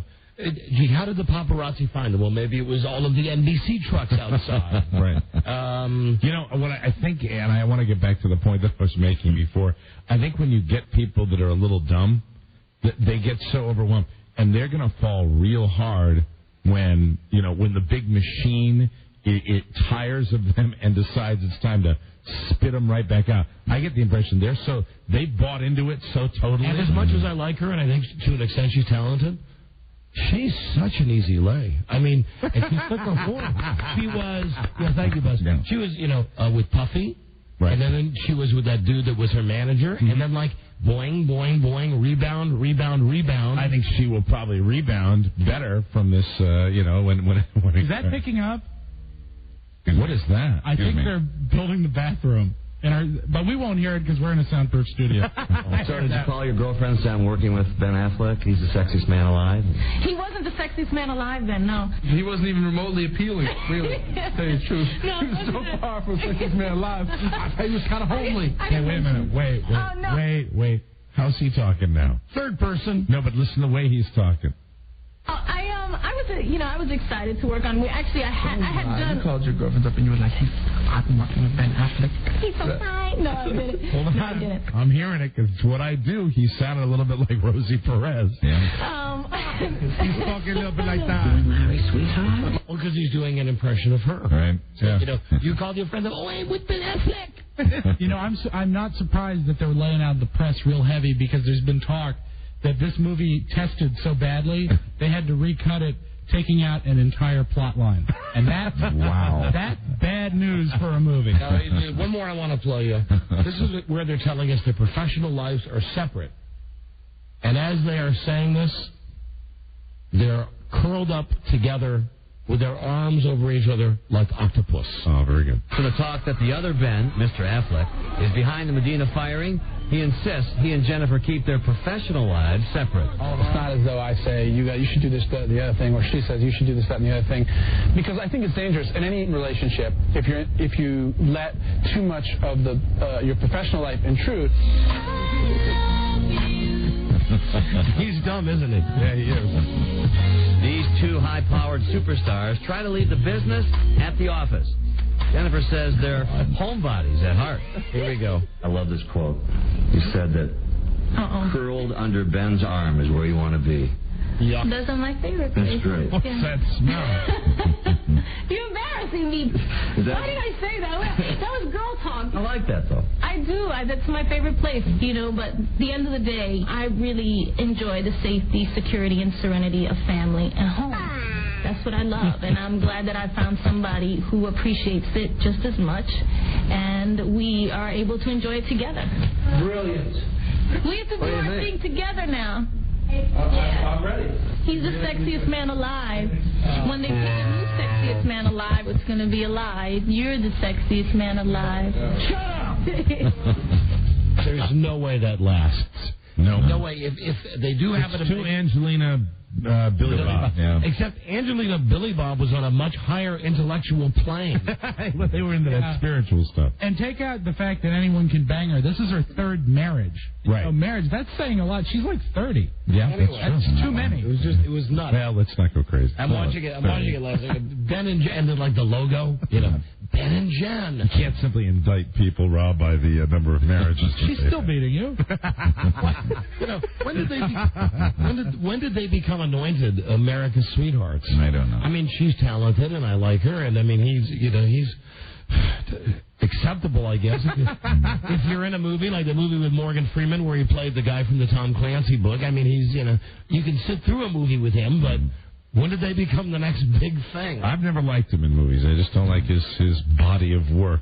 Stone, and I like calling him Stone, interview is saying Hepburn and Tracy. Both getting the call. Oh, no. Come on. Yeah. And now oh my God. Ben and Jen. All right, well, enough of that. Let's talk BM. This is from bathroomsurvey.com. All right. Survey of bathroom habits among Americans. Sometimes when we get on this subject, no good can come of it. Well, we have to keep this rather brief. All right. We can get to the other stuff we have planned for today's show. Mm-hmm. Now, here's something that we've asked many times. Are you a folder or a crumpler? Mm-hmm. I'm a crumpler. Mm-hmm. Buzz? Folder. Mike? Crumpler. 62% of Americans are crumplers. The majority. Are you an inspector? An inspector checks the toilet paper after each wipe to see the content on the sheet. I do not, and I have been criticized by this uncountable times by people. Mike, are you an inspector? I am an inspector. Buzz. Me too. Yes, I inspect. Well, you guys are way in the you guys are way in the lead, but I think you'll be surprised. 77% of people on bathroomsurvey.com inspect. However, nearly a quarter, 23%, like me, do not inspect. Okay. Are you a stander or a sitter? A stander stands up after defecating so he or she can easily wipe. A sitter stays seated. Now, I, generally speaking, am a sitter. However, with my broken hand, having to use the other hand, I become a stander. Well, that's it, but that doesn't matter. I'd say I'm a sitter. I am a sitter. Generally sitter. Again, you're going to be surprised. Yes, sitters are the majority, but only 68%. 32% of Americans stand to wipe. Stand? I have no idea. And a very small percentage, I think Rob's the only one, lay down. Stomach, lay down on their stomach. That's odd. Now, here you go. Are you a double dipper? A double dipper will sometimes wipe more than once with the same piece of toilet paper. We have never asked this before. Yeah. My answer is unequivocally no. Mine is unequivocally yes. Yeah, if I can fold it or manipulate it in the right way. If yes. you reconfigure it, yes, exactly, in a certain way. Then It's not. I've never when there's stuff there, you never. Finally, mine in the winning percentage: 61% no, 39% yes. And that is particularly a flushing issue with me. I'm trying to conserve toilet paper. That's good. Here you go. How far about the environment? I know. How far down do you pull your underwear? Down to your ankles, or just down to the edge of the toilet seat? It's ankles for me. Ankles away. Buzz. Ankles when applicable. Oh. What do you mean? Well, it says underwear. He doesn't wear underwear. But with pants, it would be down to the ankles. You going commando today, Buzz? Yes. We had to think about it? No, I'm kidding. You're going to be surprised. Only 64% say to the ankles. 36%, this is guys, just down to the edge of the toilet seat. Yeah, that's dirty. I know. That to me is like stuff getting in the way. Now, let me see. To wipe, do you reach your hand between or do you reach your hand around? Again, keeping in mind that I'm... take your cast out of it, what you normally do. I go around. I go around. Buzz. Around. Fellas, we're in the majority. Good. Yeah, that doesn't surprise me. However, this is a weird one because 65% say around the backside, 28% say between the legs, 7% not sure. What do you mean? How can you be not sure? Those are the sure? people I worry about. Yeah. How can you be not sure? And that's simply because I don't want to hurt the beanbag. Right. Yeah. And it's cleaner, especially if you go front to back in that approach. Absolutely. All right, here's one. At home, do you go with the bathroom door open when no one else is there? Yes, I do. Absolutely. Yes, I do. If no one else is there. This is going to blow you away. Always 3%. Sometimes 14%. Absolutely never 83%. So we're in the real minority there as far as going with the door open. There's nobody else home. What difference does it make? Let me see. Now, these questions are just about number one. I wonder if that has anything to do with the fact that we're like in radio or anything like that. Just about weird. Number one. Deep psychological implications. I'm sure. You ever gone number one in the shower? Yes. Yes. Yes. 78% yes, 22% no. Have you ever gone in a swimming pool, not including when you were a little kid? Yes, I did it yesterday. Or the day before I broke my hand. Mike? Yes. Buzz? No, not as an adult. Of course, that's why you're Buzz. Yeah. Naturally. Naturally. 47% say yes, and 53% say no. Wow. And last week, I just want to put people on a little alert. I did it in the Potomac River. Now. One or... No, not number two. Number one. Here's a couple of good ones. This is from bathroomsurvey.com. How should toilet paper be hung on the spool? Should the sheets be hanging around the front or around the back? This is a gigantic fight I have with my wife. This is, and I all the time. Very strongly about it. Around the front. You mean with the toilet paper? Absolutely not. Buzz. Over the top. Yeah, I guess that would be around the front. Yeah, you guys could not be more incorrect. Oh, no, America agrees with us, Mike. Around front, 54%. Around back, 13%. I like to spin it out from the bottom. But can I explain to you why it's better over the top? All right. Because then you can use your other hand to hold the roll in place so you can tear better. So you get a better tear on the paper. It's harder to do that if the paper's coming out from under the roll. Well, I'm sorry you feel that way, Hercules. Now... Hercules! Time to retrain. Now, here you go. Time to work on those dumbbells if you're having trouble ripping off the sheet of toilet. It's not a matter of strength. It's a matter of neatness. Have you ever... This is number one or number two. Have you ever eaten anything while going to the bathroom? No, I have not. Lots of times. Buzz. No. The idea frightens me. Yes is 39%, no is 61%. So there's a lot of people who do. Wow. Hey, boys. Have you ever tried to fart but went number 2 in your pants instead? Yes. Definitely. Yes, it happens to everybody at some point, I think. Don, baby, how's it going? Example. Now, America's not honest about this. Yes, 37%, no, 63%. Can I get just a tiny bit more specific? Yeah. Has that ever happened to anybody in this building? Yes, I've had to throw underpants away. Yes, I have too. No, not here. Rob? No, I don't. I just wanted to throw you in on that one. Thank you. All right, I'll give you one more. This is a number 2 question. One more about number 2. Do you drop a few squares of toilet paper in the bowl before you go to stop water and other stuff from bouncing up? I don't. No, I don't. But I have to qualify that. When I'm in a public restroom, will rip off several sheets and throw it in there because I don't want to use something that's been near somebody else's poopy hand. Never 89%, always 3%, and sometimes 8%. That's a good site, bathroomsurvey.com. Very enjoyable. Yeah. Do like that one. Hello, Don and Mike Show. Yeah, this is Mike from Philly. Hi, Mike.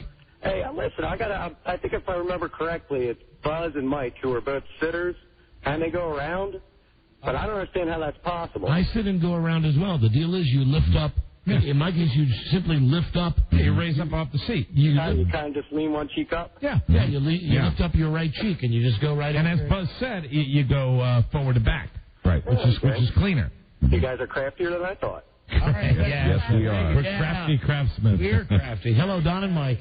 Hey, Don. Yeah. Mike. Hi. Buzz. Rob, how are y'all? Hi. Hey, the best way to select your woman before going to eat at the Y is to ask her which way she wipes, either from the rear or from the front. That way you know if it'll smell like S or not. Yeah, and that won't kill the mood at all. Thank you, my friend. Incidentally, hello, Don. You're so beautiful. Don and Mike.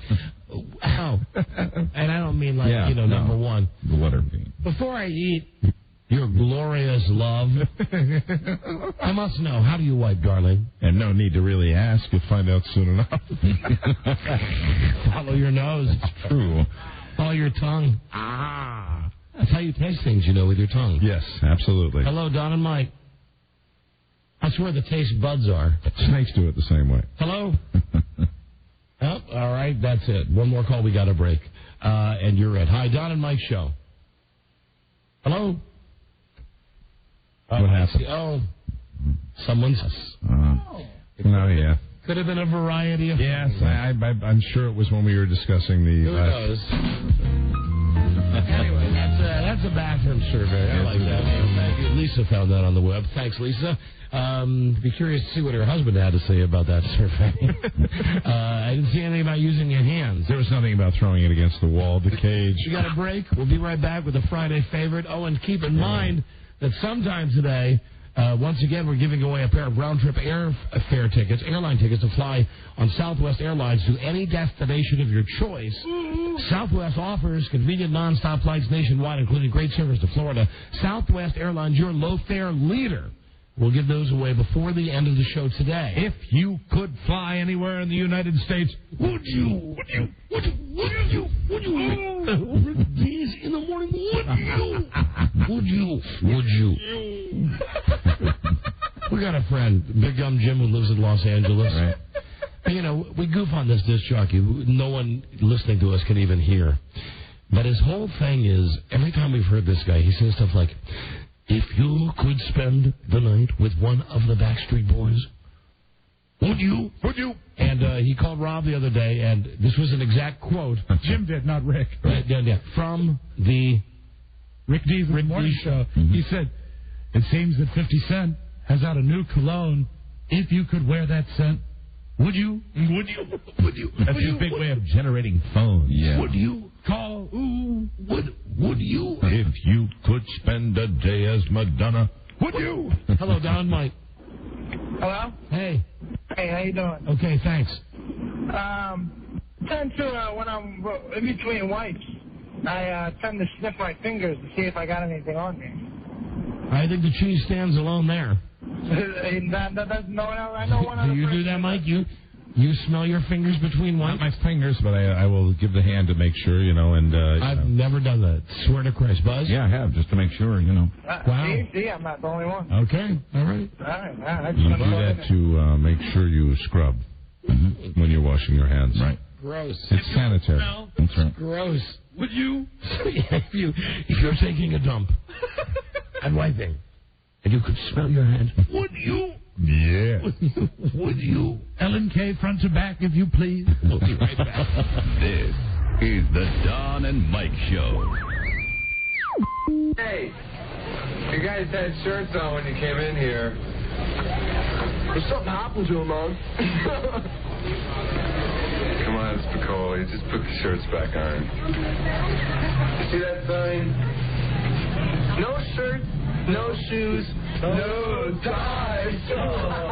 Right. Learn it. Know it. Live it. The Don and Mike Show. Even better than a titty bar. The Don and Mike Show. Oh, no, what's better than that? I want to give away this airfare now anywhere in America on Southwest Airlines, anywhere they fly. But you have to have listened to yesterday's show. That is tricky. Okay, I'm going to give you a hint. It has to do with Major Effing Star Dennis Murphy. Very good. We had Dennis on for 2 segments yesterday. So don't bother calling if you didn't hear that part of the show. That is interesting. Call number 100-877-365-3636 gets a chance to win the airfare right now, courtesy of Southwest Airlines. On Monday's show, oh, brother, you're going to be hearing all about the trip to Sacramento. And your contact with the Sacramento faithful. Yep, we'll give us great ratings today. And Rob and I will be out there. We're going to be taping the whole goddamn thing. Good. Actually, you're starting to tape recorder tomorrow morning at 5 a.m. and we leave, right? And I thought at 5 a.m. Since I found that I have the pleasure of picking you up, I think it would be great to see your first reaction first thing in the morning. So tomorrow morning, Rob and I leave at 5, and we'll see you California time 12 hours later, 5 p.m., Club Aqua in Citrus Heights. Love to see everybody in Sacramento, all the people who can get in. Now, I do have an update about Kobe Bryant. Okay. Because, we've been held in suspense for 2 weeks about whether he was going to be indicted or not, and they said they might wait the weekend or they might let you know today. It was 5 o'clock today, and here is the news. Kobe Bryant is guilty of going to see Mike O'Mara at Ned Devine's in Herndon tomorrow night. Go see Mike's Crab Blues Band tomorrow night. Be like Kobe Bryant. I am gullible. And go to the show. No, actually, Buzz was holding something up. I know. And I thought they'd really done it. They really have. We do have a Kobe update now We do. from Buzz. Very good. Prosecutors in Colorado have decided to go ahead and charge Kobe Bryant with felony sexual assault. This could mean 4 years to life in prison or 20 years to life probation, depending on what the sentence ultimately is. Here's the thing, though, with these things. They always say that. Right. It's never anything like that. I mean, I'm not saying that he did or didn't do it. I think everybody that has followed this at all probably is a little bumming about it. I mean, and I don't mean that to diminish if he really did something. If they're but I think everybody was kind of thinking he's he's had a pretty great reputation, right? And it's unfortunate. It really is. They say they have enough evidence to go ahead with the case. But I also disagree with some of these columnists that write the column about what he's done and in his media image and how he's been packaged and how many contracts he has. If there is something that's really gone on here, that's not relevant to to all that crap that they write about. Here's a tape of Kobe beef. This is good. Kobe beef, fed with beer, massaged by hand. Oh, we should have signed up to be a cow here instead of a ball player. Wow. We don't have much call to play our Tom Selleck Mr. Baseball tapes. And wow, but timely is today's headline. Mentions Kobe Kobe beef. Kobe beef. Okay, let's get a, that's got to be the joke, really. I mean, at first the joke was with Kobe beef, like there's a problem, but now it's like, What's Kobe's beef? Did he slip her the beef? Did he slip her Kobe's beef? Guess we're going to hear more about it now. Hello, Don and Mike Show. Did he? Hello? Hello? Hello? You're caller 100, my friend. All right. Did you hear the show yesterday with Dennis Murphy? I did. Fantastic. Then all I need to know is, what is the Barbra Streisand song that Dennis Murphy sang in its entirety yesterday? Oh, jeez. I mean, I think it's a softball. It's a pretty easy question. The other songs, we only let him sing like a minute of. We let him sing the entire friggin' song. And he handled that song better than anyone he sang. You light up my life? Nice talking to you. We will attempt to give away this trip later in today's show. Oh, there you go. Yeah, not going to give someone else a chance at that one, but that's right. It might be about today's show, might be about yesterday's show. You'll never know. Also yesterday, Tammy Kirk was on with us, who's going to be driving NASCAR this weekend. She's going to be driving in the Busch Series race, and they actually put out a press release about that today. Good. Tammy Jo Kirk, driver of the number 49 JRR car, made her national radio debut on the Don and Mike Show, the show syndicated across the United States and Canada. Heard by over 6 million listeners, Tammy was well greeted by the well-known radio personalities. Tammy spoke about her return to NASCAR after a 4-year break and her new sponsor, Advil Liquid Gels and La Femme. That's the thing where you go number one standing up.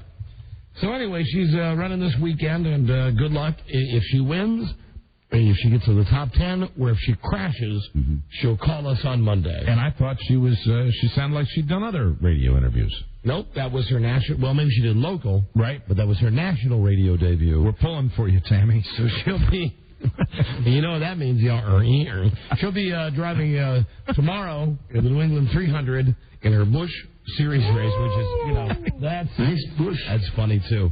I know I speak for all the people at La Femme when I say win this one for us, Tammy. The number 49 car, watch for that tomorrow. I know if you've listened to any of the show today, or heck, any day, you know that Mike and I, let's face it, it's a gift. God reached down and he said, you touched us on the forehead. And he said, you guys, really, you're goons. Yeah. You're goons. Bob Levy is right, you're goons. Absolutely. But I'm going to give you a gift. And that gift is going to be that you guys are going to be able to review movies without having seen them. Yeah, there's no need to spend all that needless time in the theater watching films when you can make a perfectly good recommendation without seeing them. And why waste time watching Siskel and Ebert or whoever the other guy is now that Gene Siskel's dead, or the other show with Leonard Maltin. And why watch that? And as we always say when we do this, even when we disagree, we're both right. So, here's what's new this week. We got 3 of them. We got Bad Boys 2, we got How to Deal, and we got Johnny English. Bad Boys 2, if you don't mind, I'll go first. You go right ahead. And, the deal is this. For instance, if Mike agrees with me, we move on. If Mike has a different point of view, he gets to say, 60 seconds on the clock, Bad Boys 2 by Don. I am not a fan of sequels. Let me say that. However, it's been 8 or 9 years since the first one. And I'm queer for Will Smith, and I'm hot and cold on Martin Lawrence. But I'm going to tell you why I'm going to recommend this movie. One simple reason. It's rated R. And that means that there's going to be sex and violence. And when I saw the ad for this, there's a scene, it's like the first one in Miami, where they're driving down the road and they're acting crazy now and shoot 'em ups. But at one point, bodies start falling out of a truck on the highway in Miami. Wow. And there's like 100 bodies. And I know that they're plastic, they're rubber. Right. But they look real. Sure. The movie looks to me so over-the-top violent. Plus, I think they have good chemistry. Yes, I'm going to see Bad Boys 2 this weekend. Do you have a different point of view? I do.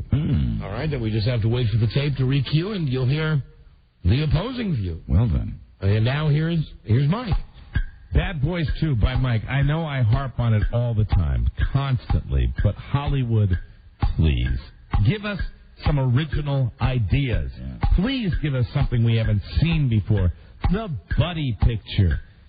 48 hours. Lethal Weapon. Mike, Lethal Weapon. They're both 2, 3, 4, 5, 6, They're 7, both 8. Negroes, though. But it doesn't matter. It's still a buddy picture. And you know what? I think they're both terrific actors, and they're funny. I really think that Martin Lawrence is a funny guy, and I've seen him in a lot of stuff where I've enjoyed his work. But I am tired of the buddy cop law enforcement theme. And, you almost got me and flipped me with It's Rated R. And let me just throw this in on the tail end of this. Hollywood, more R-rated films. Yeah. More R-rated films that we can have Jim Skin review for us. But this particular movie, there are other movies you can go out and enjoy that have been out in theaters a while, like Pirates of the Caribbean, my personal number one choice. You had to throw that in. Well, it's my favorite, and I haven't had a chance to see it yet myself. Okay, How to Deal. You want to go first, or do you... Can we do Johnny English, and I can go first? I don't know How to Deal at all. Why don't we do How to Deal? Does it fall in the category we both don't care and we won't go to see it? Yeah, but I think, all right, without the clock. Right. As far as I'm concerned, there's only one thing that Mandy Moore is good for, and that's in 4 or 5 years when she burns out and she shows us those cans in Playboy. That's all I have to say. And no debate here. I completely agree, and not really worth your time. How about how to put a deal together to put her in a porno? We have. I'm sorry, Mandy. Let me see. And I thought it was like a blackjack movie. Yeah, I thought it's not. See, we've been touched by God. All right, Johnny English. Okay. You ready? I'm ready. Go. Mr. Bean, we just can't get enough of you. God, do I love the British comics. And you know what? This movie's getting panned, and a lot of Mr. Bean stuff gets panned, but I like this guy, and I like it's a throwback to some of the great movies of yesteryear, the Pink Panther movies with Peter Sellers. I love it. I love slapstick, and even if there are 1 or 2 great gags in the movie, which is really what this is, a series of gags, this guy, he was born looking funny. Mm-hmm. Rowan Atkinson, thank you very much, Rob. I know you're a fan also, and I think this guy is funny. He's been funny since the Black Adder series over in England, and there are people that are cult fans of his, but he's just a guy that's recreating this Peter Sellers Pink Panther image, and I think he's good at it, and I think even if there's not much of a plot, you don't need a plot in this. What you need is Rowan Atkinson looking in the mirror and shaving. Thank you. Thank you very much. I'm afraid. Oh, I'm not surprised. Yeah. That I must offer an opposing viewpoint. and a very shocking and a very, very strong felt viewpoint. That means he's reaching for the flag. Johnny English by Don. I don't even have to go there. Okay. But first, let me just say, what American wants to go to a movie called Johnny English? I'd rather go see Johnny American. But let's sidestep that issue. Okay. Let's do. I must take. I must take my good friend, my business partner, my buddy to task. This is like British parliamentary. I can't help it. This guy ain't funny. I saw the Mr. Bean. I get the joke. He's like got a weird, nutty face. For you to compare him to Peter Sellers is an insult to Peter Sellers. Okay. It really is. This guy is a one-trick pony, and this ain't funny. I got news for you. This movie's been done. It's called Austin Powers. That's how you do it. Mr. Bean, the only Bean I want to see is the bean that comes out of his ass. Oh, wow. Well, that'd be a different film. He is not funny. He is not funny. Maybe he can be in that porno with Mandy Moore. and I hate him. God damn, as much as you like him, I hate him. So, ladies and gentlemen, there you go. Wow. We are really split this weekend. Yeah, it's going to be very tough for the listening audience to decide. Bad Boys 2, I say yes. Mike says no. Yes. Johnny English, Mike says yes. I say no. How to Deal, we agree. Mandy, take your top off. Wait for the porno. Right. And I know a lot of you out there right now are just scratching your heads and saying, you know, how come God hasn't given me this gift? I can't tell you. Avoid Johnny English. Avoid the anal bean. Go see Bad Boys 2. It's going to be good. You'll like it. It's got a lot of guys getting their heads busted. You know, good, wholesome American stuff like that. So, anyway, that's what we got for you. That's what's new at the theaters this weekend. Absolutely. Go out and enjoy yourself at the cinema. Yeah. Do the thing from Porky's. Do the popcorn trick there. Yeah. You know, put your wiener in a popcorn. You would agree also, nothing out there that's like that you would call a blockbuster. No, I think Bad Boys will make $100 million, but I don't think, you know, you look at what else is out there. You got your Pirates of the Caribbean, which I think will fall off this weekend. Like that's what they're all doing now. They all have one, with the exception of the Fish movie. They all have, and then, like the Matrix, they have one gigantic week and then they're gone. And stay tuned to this station for an upcoming mega debate over the movie Seabiscuit. Because I know we're already ramped up for that one. Yeah, no, I think that's more a debate of one's masculinity. As the first shot has come across the bow, as opposed to the quality of a movie. I'm sure you and all the Hausfraus and Oprah's book club are looking forward to Seabiscuit. I haven't looked forward to a movie in a long time as much as Seabiscuit. Me, I think that Tobey Maguire. You know, a lot of people wonder why he was in AA. I think that's the reason. You sure liked him when he crammed himself into that little Spider-Man suit. Yeah, well, you don't go from being Spider-Man to being a jockey on Seabiscuit without having some type of emotional breakdown, which is why he became an alcoholic. But have some line in the movie when the trailer for all of you that have been down and made a comeback. Oh, well, there you go. You know, heck, that's for you. Me, baby. Yeah. That's me. I identify with that horsey. I know you do. I'll buy you a nice dress you can wear to that movie, Mike. There we go. Yes, there'll be more to come, ladies and gentlemen. Nice culottes. Now, we've said, here you go, the Friday favorite, the Jeopardy is coming right up. This is the Don and Mike Show. We're concerned about AIDS inside our White House. Make no mistake about it. The Don and Mike Show. When in Los Angeles, they dine at Vivian's. Don and Mike. That's a funny one. I like that one. Before Jeopardy, indulge me. I'll tell you something else funny, because Vivian's is about Leah Remini, that's her restaurant. Leah Remini are, I guess, former friends and shouldn't call us anymore, and we don't call her anymore. I think we're dead to her. Rob is a... Can I tell this? Yeah, I think so. Well, just let me say, there's a piece of member, I want to, because I don't want people to go there and, like, goof bid on it. No, just, how should we say it, is that it's odd that there's been a lot of interest in a piece of King of Queens memorabilia from Germany. On eBay. Yeah. Really? Odd. Yeah. It's very odd. I mean, one is odd. Two is downright eerie.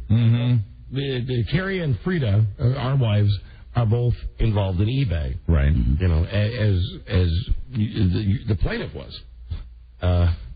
Not to the extent, I think, that Laura was, but you know, Frida's like co-oping a lot of our stuff with Carrie, and Rob's got his own stuff that's on eBay, so it's like a little cottage industry now with my wife and Carrie, Rob's wife on eBay, and there was something that we got one time when we went out to California that says King of Queens on it, and there's bidding on it from Germany. Oh, really? There is strong bidding from Germany. So the King of Queens stuff is the Germans are going wild for it. We got there was the email, and I went out to Carrie at the computer today, and she says, "Listen to this." And there was an email that says, "How much are charging you to mail Germany? Sorry, not good English, but one item." Well, that means get more of it. Yeah. Well, go to the CBS store in New York. I said, Don, you can't get it at the CBS store. Oh, really? All right. Perhaps I invite you to look in your closet. And you as well? Yeah, absolutely. I will do that. I'll check that out. Because the Krauts love the King of Queens. Fantastic. Those wacky, well, they love David Hasselhoff. Jerry Stiller. And now let's get to a Friday favorite, because this guy has got some splaining. to do. Really. You've seen it all week. Last week. With this whole thing with the weapons of mass destruction. How are you? Gosh, good to see you, brother. That you heard it from Tony Blair, and then you heard it from the CIA, and the guy from the CIA comes out. Oh, boy. Tony Blair spoke in front of Congress yesterday and apparently wowed them. Man, oh man, of Shevitz. We got a humducker of a brouhaha going on. I don't mind telling you. This is really turning into a CF. Wow. It's really something. I'm having trouble sleeping at night, and I just want you to know, Don. Yes, President Bush. I'm still here for the United States of America. And, as far as anybody wants to criticize and just, already put me down and just say that I don't have my priorities straight, I just want to say, bring it on. All right, well, then let me... y'all go bring it on. Now, I got criticized for that, too, when I was saying bring it on. But the fact remains, I just want to say bring it on. I'm your biggest advocate, but let me play devil's advocate. I'm a fighter. I'm just like Patricia Neal. I'm a fighter. Now, fantastic. You said in your State of the Union speech that Saddam was getting this nuclear stuff from Africa. Yeah, and I just got to tell you about Africa. I just had a fantastic trip. I was over there and I got to watch 2 elephants do it. Man, I tell you, I'm addicted to Animal Planet right now. I'm going home tonight. I'm going to watch Pet Star. They got birds on skates tonight. Man, I tell you, I'm addicted to all that stuff on Discovery right now. I got my whole night planned out. This has been a tough week with me with Congress and everything else going on. So I showed everybody that I'll take, of course, my 9 o'clock hour, my half hour out to watch Reba. I saw the picture of you driving by looking at the elephants hump. Best TV night in the Bush household is Friday night. Monster Garage comes on the Discovery Network. Man, it's good stuff. You ever watch I told you you're my favorite? There she is. Hot damn, sweetheart. How are you, Reba? So you watch the WB. You're the one. Like Animal Planet. We got America's the planet's funniest animals. That comes on tonight. And then I might take some time out with Living Wild. You ever watch the National Geographic Channel? Tell you, all you have to do is watch those 2 elephants fornicate, and I'll tell you, it's something real special. They got Texas rattlesnakes on tonight. So this right up my wheelhouse, son. This thing with the WMD. WMD? Weapons of Mass Destruction. Oh, that's not a radio station. You're talking about the... No. Yeah. Mm-hmm. Well, they're there. We're going to find them. I've issued a directive. Find them. And if you can't find them, bring it on. Now, it'll work. It'll work for me. I just think that people are overreacting to the fact that we're over there preserving freedom and making the Iraqi people understand that democracy will thrive. Okay, you know what I'm going to have to do here to get the truth? President Bush? I'll be sure rooting for that Tammy Joe on NASCAR. We are going to have to break for a second. Buzz, give me the all clear here. All right. The Don and Mike Show will continue in a moment. You're clear. What you doing, son? What's happening? How are you? I'm doing great. Hot damn, man. I tell you, you get any strip trivias coming up next? Yeah, very soon. I love that show, man. I listen all the time. It's good. What time when we go back on the air? I got a busy schedule. How long, Buzz, do we go back on the air? 2 minutes. 2 minutes? Yeah. Give us 3. Please. Okay, I got to get back to the White House. You understand? I came over here just for a short time. And you did. We've had a quick turnaround in this, and I just want to tell you, it's rib night. Rib night. Would you sign my cast? Yeah, absolutely. Thank you. All right. Now, listen, between you and me. G-A-O. No, it's G-E-O. That's what No, you wrote G-A. Listen, just write Prez. All right, Prez. P-R-E-Z. You always make it easy for me, Don. How you been, son? Now, listen. Yeah. This thing. Yeah. You obviously you stepped on your D during the State of the Union. Oh, I'm aware of the fact that people are catching up to that, but it doesn't matter. I got my job done, got us in there. That's the thing I wanted to do. But wanted to make sure we got in there, son. But who told you the bad stuff? Bad stuff? Who told you that they had this stuff and that they didn't? We're not on the air right now. Right? No. Yeah, you're fine. You sure? Yeah, we're still in commercial. I made it up. You made it up. Wow. I made it up. So, I swear to God. No kidding. I'll tell you. I'll just tell you, between you, me, and the laptop, I don't want that fella in back here with the big head. Rob, don't listen. Sing or something. Here's the deal. Here's the bottom line. I wanted to go in there and get that guy that Daddy couldn't get, and Daddy couldn't get him. If Daddy couldn't get him, I was going to get him. Sat him. I just wanted to make sure we got him. We didn't kill him yet, but we're going to kill him. I swear to God, we're going to kill him. I got people in there. They're going to take him out. And I said, bring it on. But no, we needed a reason to go in there. And the only reason we could come up with, I said, well, why don't we just say they got all these stockpiles of evil, bad stuff and stuff. And we'll go in there and get them. Because, they had them rumors them rumors floating around about the fact that, we got sick after we over in the last one that Daddy was heading. Right. Yeah. And so what we're going to do is we're going to go in there. We had to create the whole thing. But Prez? Yeah. Then how did you get the guy from the CIA, because I saw this on the news, to come out and say that it was his fault that he gave you bad information? Well, that's the gag. That's the whole real thing. You see, as the president, I'm going to have to whisper this to you. No, you can just speak with. As the president, I can tell them to do that, and they'll just go ahead and do it. People have sacrificed their whole careers because they say it's patriotic duty. That's the big word. Remember that. If you got anybody around here you want to make them do something, you say patriotic duty. And if you don't have somebody willing to do your patriotic duty, you go get yourself a robot. But now, what about? Can I tell you another secret? Yeah. Dick Cheney's a robot. What about? I swear to the Sam Hill, I'm telling you the truth. He is not real. Do you remember that? Take a look at his mouth. His mouth looks just like the Tin Man. I bet you love that TV show. Do you remember that show, Small Wonder? Small Wonder, fantastic show. You mean when the little tape would come out of the girl's mouth? Yeah. That's fantastic. And that other movie I watched, Short Circuit on HBO. Man, that's a funny movie. When they got that little Indian, Iranian, whatever he is, running around there, that guy, man, that's a damn funny movie. But that's the thing. It's all a big gag. But the fact is, that's how we did it. But I'm doing it, Don, to preserve freedom. Oh, come on, really? I'm doing it because I want Daddy to like me. How's Daddy? How's Mamo? Mama's not good. Why? You know what she does to me all the time. I don't want to talk about it. No, tell me what. She puts me down, man. She puts me down all the time. What did you George, your hair's too long. George, that suit tie didn't look good. George, you're not nice enough to your staff. George, you ought to be more polite when you're sitting at state dinners. What happened with you and Ari Fleischer? Now tell me the truth before we go back on the air. Truth? Truth. Because this guy was like, he was the press guy. That's right. And all of a sudden he quits. He got mad. He got all fired up. Got tired of it. He said he was fed up with one thing I do to him all the time. What was that? Bald jokes.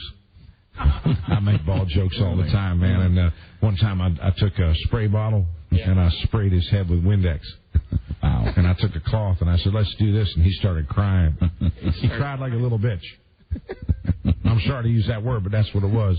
He said he got tired of the bald jokes. And I said, come on, son. I got this big mop of gray hair up here. You can't get mad at stuff like that. And then, of course, he calls Mamo, and Mamo calls me and says, what you doing picking on that boy? He's a good guy. Your father likes him. And I said, Mamo, I didn't mean to pick on him. I'm just having some fun trying to keep it light. Well, every day, can I be honest with you, it's not easy being a president of the United States where every day you get all this WMD, Congress people, Democrats saying bad things about the economy's got to get propped up, unemployment. I just want to have a little fun, son. Were you drinking when you did that stuff to Ari Fleischer? We're not on, right? No, you're talking to me. You understand, son. They could do some serious damage to my presidency. You're under a lot of pressure. Just tell me. Were you drinking? I keep those little airline bottles. Those little airline bottles of vodka. I understand. I drink a little bit. I was just having a little fun. It was on wine time, just like it is right now. A little toddy before I came down here, but that's when I go through some. I used to do spitballs at his bald head, too. Well, listen. Look right underneath your cabinet there. I got a bottle of your favorite stuff right there. Right next to the football? Yeah, go down there. Football with the nuclear codes in it. Help yourself. Look at it. Have a sip. All right, hold on a second. Get back. You don't mind? Quench your thirst. Right, here we go. Just a little toddy. Don't tell nobody. No, it's our secret. You ain't going to tell nobody. You hear? Hey, who loves you? Who voted for you? You hear? Oh, boy. Chihuahua. That's a good hot damn tamale. That's good. So. Now I feel a little loose on that. When are we going back on the radio? I don't know, Buzz. We're back in 10. 10 seconds, President Bush. Man, I just want to say sorry about your finger. You broke your finger like that. No problem. That's nasty, man. I tell you, I went to a doctor when I choked on pretzels. All right, you all set? 1. All right. And now, back to the Don and Mike Show with their special guest, President Bush.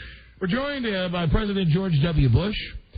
President Bush, if you could tell us, please, if you wouldn't mind being absolutely honest with our audience. Yes, yeah. Ari Fleischer has left as your director of press communications. Press Secretary Ari Fleischer is one of a fine American who's done. Can you tell us why? Can you tell us why he's leaving your administration? He's going on to pursue other opportunities, and I value what he has done for the country, and he has been a great service to this administration and a great service to the United States of America. And I wish him the very, very best as he goes out into the public sector. Mm-hmm. I just hope that he knows that he will always have a friend in George W. Bush, and he'll always have a friend in my mama and my daddy. And the fact that he was follically challenged had nothing to do with the fact he quit. I'm supposed to. You said you weren't. I'm just kidding. No, I don't. I'm making a joke. Oh, yeah, no. Now listen here. Did you hear the audience laugh? That's you. You're one of them. You're one of them shock jocks. Yeah, see, I'm kidding. Yeah. And the audience... You could never get a job on Animal Planet. Whenever you hear the laughter... They just want straight animals. That's the joke, huh? That's the joke. No, I wish them the very best. Now, I'm not going to head down any kind of highway of controversy or anything. I'd like to talk about what it is to be an American. What is it to be an American these days? Being an American is a sacrifice. You make sacrifices, and you make sure you don't criticize the government. And, especially this administration, you keep that crap to yourself and you sweep that under the carpet. You don't come out and say bad things, because if you do, we'll leak stories that you're gay. We have 1 minute. Yeah. I'd like your take on something that has nothing to do with Ari Fleischer. My pleasure, Don. Weapons of mass destruction. I would welcome that opportunity. I know you've heard this story. Buzz had it on the news. Right. Fire at me, sir. Yes, I'm ready. Bring it on. A dude goes to Wendy's. Bring it on. He buys some chili. And he finds a mouse in his chili. Right. What is your take on that? We're very concerned about our food supplies in the United States, and I know that I've worked closely in this administration with the Food and Drug Administration to make sure that all of our food supplies, our beef and our chickens and our hot dogs and buns and what was the question? Isn't it funny? A guy found a mouse. Yeah. In his chili at Wendy's. Pretty goddamn funny. Man, did he eat it? Did he bite the tail off? Yes. No, I mean, he ate some of the rodents. I will issue an anti-mouse directive as soon as I can find the time for my busy schedule. We're going to play Jeopardy here with the mouse in his chili. The most powerful man in the free world. I bet he barf like there was no tomorrow. Phone number is 877-365-3636. I sure like your show. It's damn fine. When I'm not listening to country music, I enjoy this program quite a bit. It's wonderful. Thank you. Yeehaw! We need 2 challenges this week. Yeah. So call now to play the game. And Buzz, take us a break. All right, the Don and Mike Show will be back in a moment. Man, you're clear. We're clear. That's a dumb effort to choose on a mouse tail, ain't it? We'll be right back. Crazy now. This is the Don and Mike Show. Stupid president. Oh, we're sorry. The Don and Mike Show. Kind of works out anyway. Like cast on my hand. Broadcasting from the zone of uncertainty. The Don and Mike Show. You want some liniment? Tape said stupid president, and it said, "Oh, we're sorry." I appreciate that. Didn't mean for it to happen, but I'm sorry I'm working with a broken hand here. I understand you're a trooper to come in there, and I just want to say on behalf of my entire staff, we appreciate the sacrifices that you've made. President Bush? Yes, sir. Would you like anything else to drink? I would like a little sip of my water. What? Everybody get that? Water. Coming up. There's some water. That appears to be good water.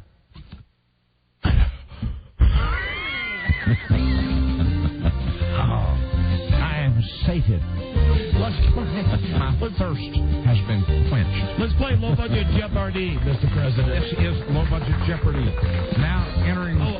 George? Yeah. If I may call you that? Yeah, go ahead. Come in W. Would you like an olive with that water? Yeah, indeed. Okay. Indeed. Robbie, get him an olive, please. Thank you, son. Ooh, that is a tasty olive. There is no question. This is low budget Jeopardy. Now entering the studio is a IT consultant from Fairfax. Let us please welcome Janelle Bardal. Hello, Janelle. Hello. Hi, honey. And now entering the studio is a quality assurance representative from Baltimore. Please make welcome Chris Healy. Hello, Chris. Hello, LQ. Hello, W. And now entering the studio is the host of Low Budget Jeopardy. I urge Janelle and Chris to not screw with LQ. Negative. And please welcome Alex Trebek Geronimo. Thank you, guys. Listen, Janelle and Chris, here are your categories. Hold on. Excuse me, the hotline. Hello? Hey. How are you? Great. He's here right now. Well, we're in the middle of a bit. For him. Okay. Hold, please. Always good talking to you, ma'am. It's your mama. Oh, damn it. Oh, dear. God damn it. She want to talk to me? Yeah, but she I got to talk to her right now. She didn't call to talk to me. Hold on a second. Hello, Mama. Uh-huh. I'm doing a radio show right now. I understand. Yep. I will be back there. I will call him later on. I know he wants to discuss that, and I will take his call. I thank you. Tater tots. Yeah. Extra burned. All right. Thank you, Mama. No, I did not. I don't understand. I didn't have time today. And mac and cheese. Thank you. Tell her you love her. Dawn. Tell her you love her. I love you, Mama. Goodbye. Good boy. She like that. Yeah. Good boy. Same thing as it always is. Call your father, get your hair cut, and what are you having for dinner at the White House tonight? My favorite food, tater tots. And mac and cheese. Mac and cheese. That's just a side dish. Janelle, Chris, here are your categories, and they are Ben and J-Lo. How about that? What in the Sam Hill's going on with that? Name that NASCAR primary sponsor. I'd kill for a corn dog right now. Goodbye, Barry White. Yeah, that is a shame. I liked his music. That was back in my heyday when I used to drink and do lines. This time it counts. Yeah, what is it? And new on Divid Home Video. Divid? DVD. Oh, that's right. Did you hear that Red Roof Inn has big screen TVs? More cash. In your khaki pants. Yeah. Yeah. I love Red the bobblehead. Here they are again, guys. Ben and J-Lo. Boo. Name that NASCAR sponsor. Love NASCAR. Goodbye, Barry White. Yep. This time it counts. And new on Divid. And Janelle, your girl, will start with you. Let's start with New on Divid. New on Divid. Stars Adam Sandler. What is Bartleby? Chris, your chance to steal right now. What is anger management? No. Not yet, guys. No, it's that sucky one. Punch Drunk Love. And Janelle, you are in control. DVD for 2, please. For 2 stars, Nicole Kidman. What is Tears of the Sun? Money. Hey, Chris, here's your chance to steal again. Tears of the Sun. What is Did You Wash Your Ass Today? That's pretty funny. I ain't seen that one. Hey, I got a tape for you, George. Hold on. I know where. Who's in that one? Listen to this. You're going to like this tape. Did you wash your ass today? Of course I did. But isn't it a funny tape? Yeah, it is. Pretty Did you funny. wash your ass today? Yeah. And, Janelle, go again, please. We'll close that out for DVD for 3. All right, DVD for 3. Stars Kurt Russell. Ooh. Hey, Chris, it's your chance to steal. Nobody's got no money yet, son. No. What is Escape from New York? No. I guess you guys don't get out. Dark Blue with Ving Rhames. Good movie. Janelle, you're still in control. Ben and J-Lo for 1, please. Ben and J-Lo. Color of the dress she wore to that awards show. You know, the one where her boobs hung out? What is red? Chris, your chance to steal. What is green? Yeah. There ain't a boy in the country that ain't going to remember that. There you Damn. go, finally. She looked like just a kind of a nipply Peter Pan. Go again, please, Chris. I'll take Ben and J-Lo for 2. Name of her shockingly bad motel love comedy that did big business last year. What is Made in Manhattan? Right again. $2. You're a J-Lo fan, just like your president. Go again, Chris. I'll take Ben and J-Lo and a booty for 3. Name of Ben's brother, actually not a bad actor in his own right. What is Casey? Casey Affleck, right. He was featured in Ocean's 11. $3 for you. That's fantastic, Chris. You're doing a great job. He was in Ocean's 11, right, Robbie? Yeah, he was. He was one of the nutty, The guys from You Utah? one of them 2 brothers that had the big, the big killer car where they crushed the little one. Remember that? Remember when he went down in that vault? Hey, George? Yeah. Did you wash your ass today? I sure did. That is damn funny. Go again, please. Hey, everybody, did you wash your ass lately? Chris. I have. So I'll take This Time It Counts for 1. This time it counts. All right, this is about the All-Star Game, baseball All-Star Game. The league that won this year's All-Star Game. What is the American League? There you go. $1 for you, Chris. I'll take This Time It Counts for 2.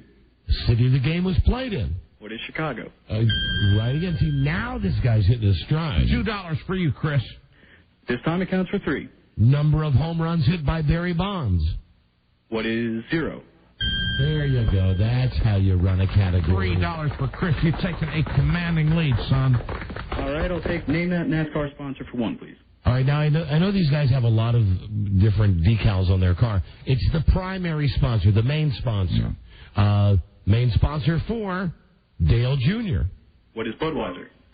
Budweiser's right. $1. He's on quite a roll. I tell you, this is great. Oh, man, I wish we were at a crap table. I'll take name that NASCAR sponsor for 2, please. Dale Jarrett. What is UPS? Right again. $2. Man, this guy's just a font of knowledge. And round it up for 3, please. Mark Martin. What is Viagra?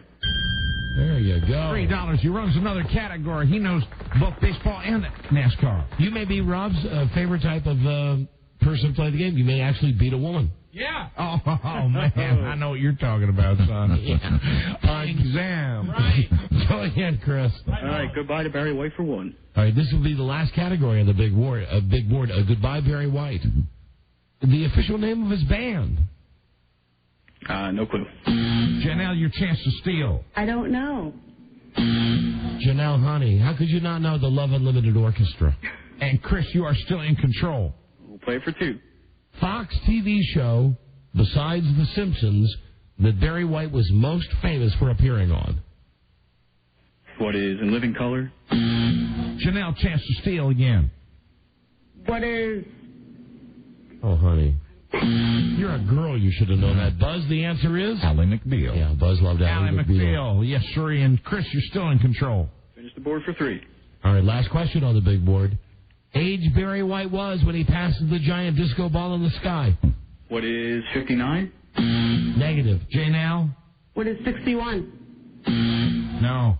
58. And that's the end of the first round of Low Budget Jeopardy. We got some bad news, son.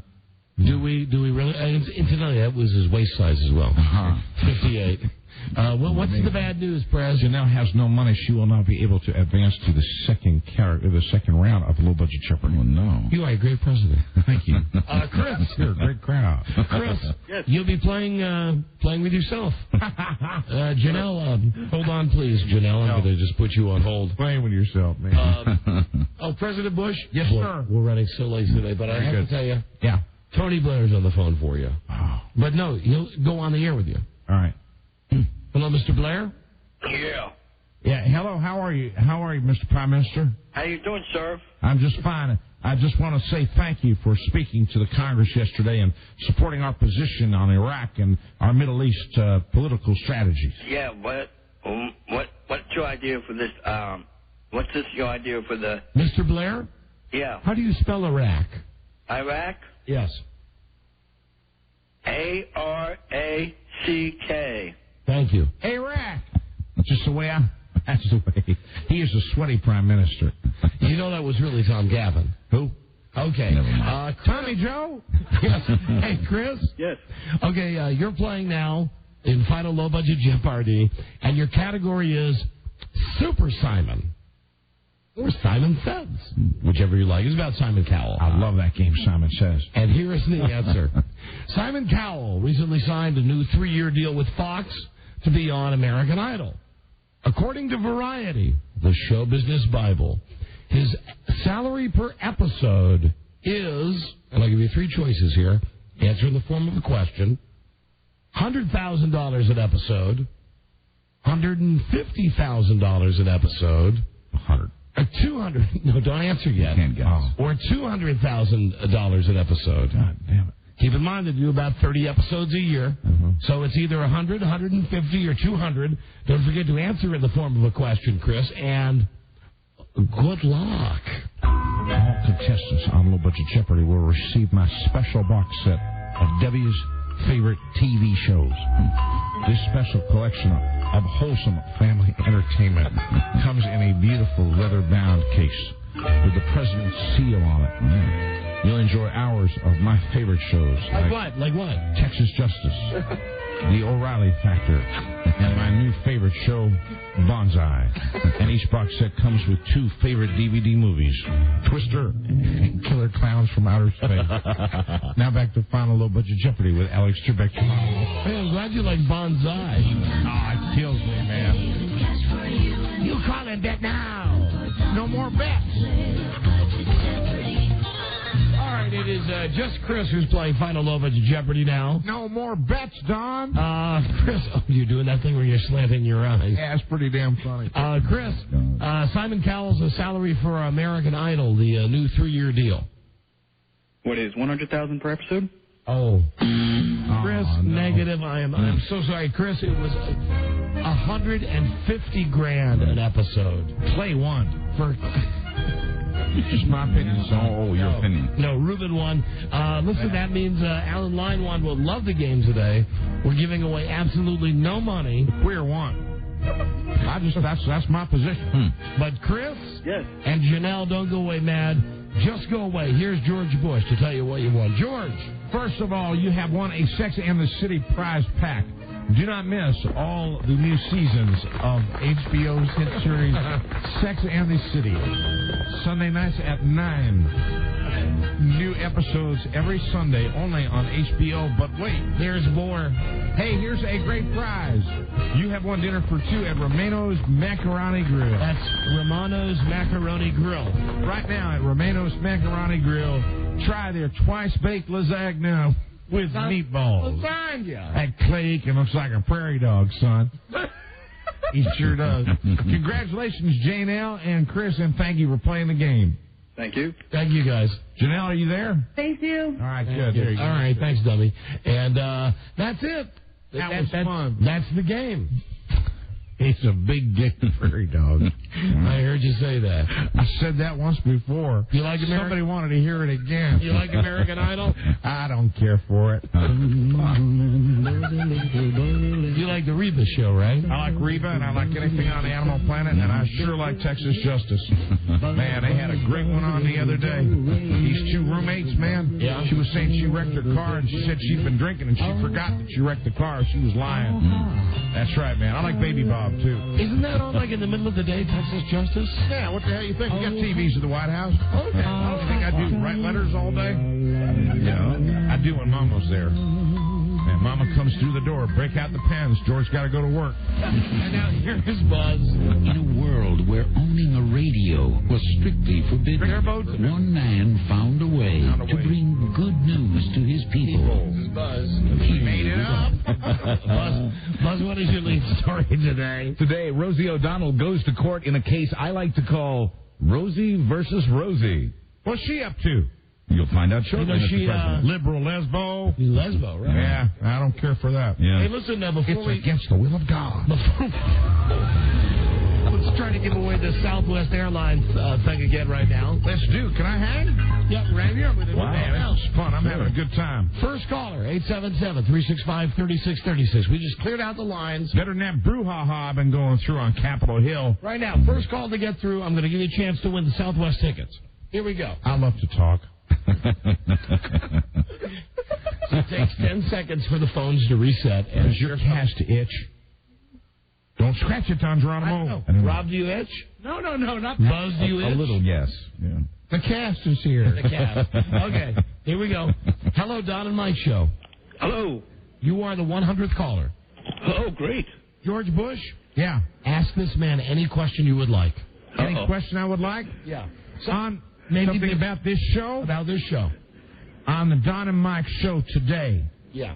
They talked about the movie that involved Martin Lawrence and Will Smith. What was the movie? That is a dumb question. Bad Boys 2? And I have a follow-up. It's a 2-parter, son.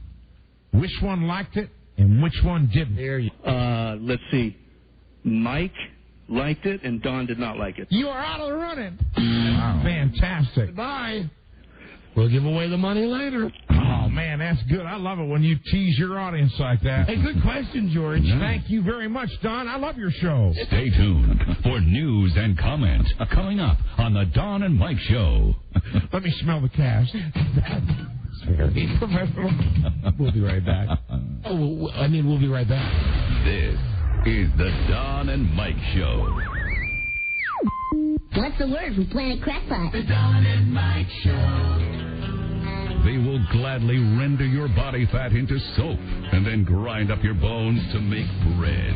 Don Geronimo and Mike O'Mara. That's all, Rob. We're trying to give away the trip again now. Southwest Airlines tickets. Convenient nonstop flights nationwide. You choose where you want to go. Southwest Airlines, the low-fare leader. Southwest flies to 58 cities in the 30 good states. Be the 100th caller right now, but you must have listened to the entire show today. Absolutely. You got to. 877-365-3636. And while you're dialing... Someone call for a doctor? Senator Buzz. News brought to you by Verimax Sexual Pleasure and Performance Enhancer. Get it at 35,000 retail locations. New double-strength Verimax Ultra. Wow. Get it now by calling 1-888-TRY-VMAX. That's 1-888-TRY-VMAX. And really, for this contest, no digging around. No. Only if you've listened to the whole show today. Right. And carefully. I know that excludes a lot of you just gone into your cars. Well, yes. Right. The last time we asked a question about something that happened just an hour ago. That's right. Now we're going to ask something that happened more than an hour ago. I suddenly feel empathy after hearing the local traffic reporter and hearing it over the TS. Hey, you know what? There are probably people that got the whole show and have no choice. That, right? Yeah. There's a 30-mile backup. Wow. Jesus Christ. The Washington Beltway today. Wow. The Washington Beltway itself on Friday is about 60 miles. Unbelievable. So half of it is backed up right now. Incredible. Yeah. Let's get helicopters. Nice. Ferry everybody out. Leave all your cars on the street. Did you say ferry everybody? Ferry everyone. Hi, everybody. Hello. Hi, Don and Mike. Coming this fall, Rosie O'Donnell in court. It's the case of Rosie versus Rosie. Rosie, the former talk show host, against Rosie, the former magazine. Miss O'Donnell, would you like to make a statement to the court?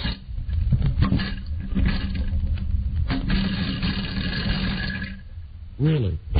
Yeah. Please don't forget, Miss O'Donnell, you are under oath. Oh, yeah. Thank you for your frankness. And your beanness. Each side is accusing the other of breach of contract.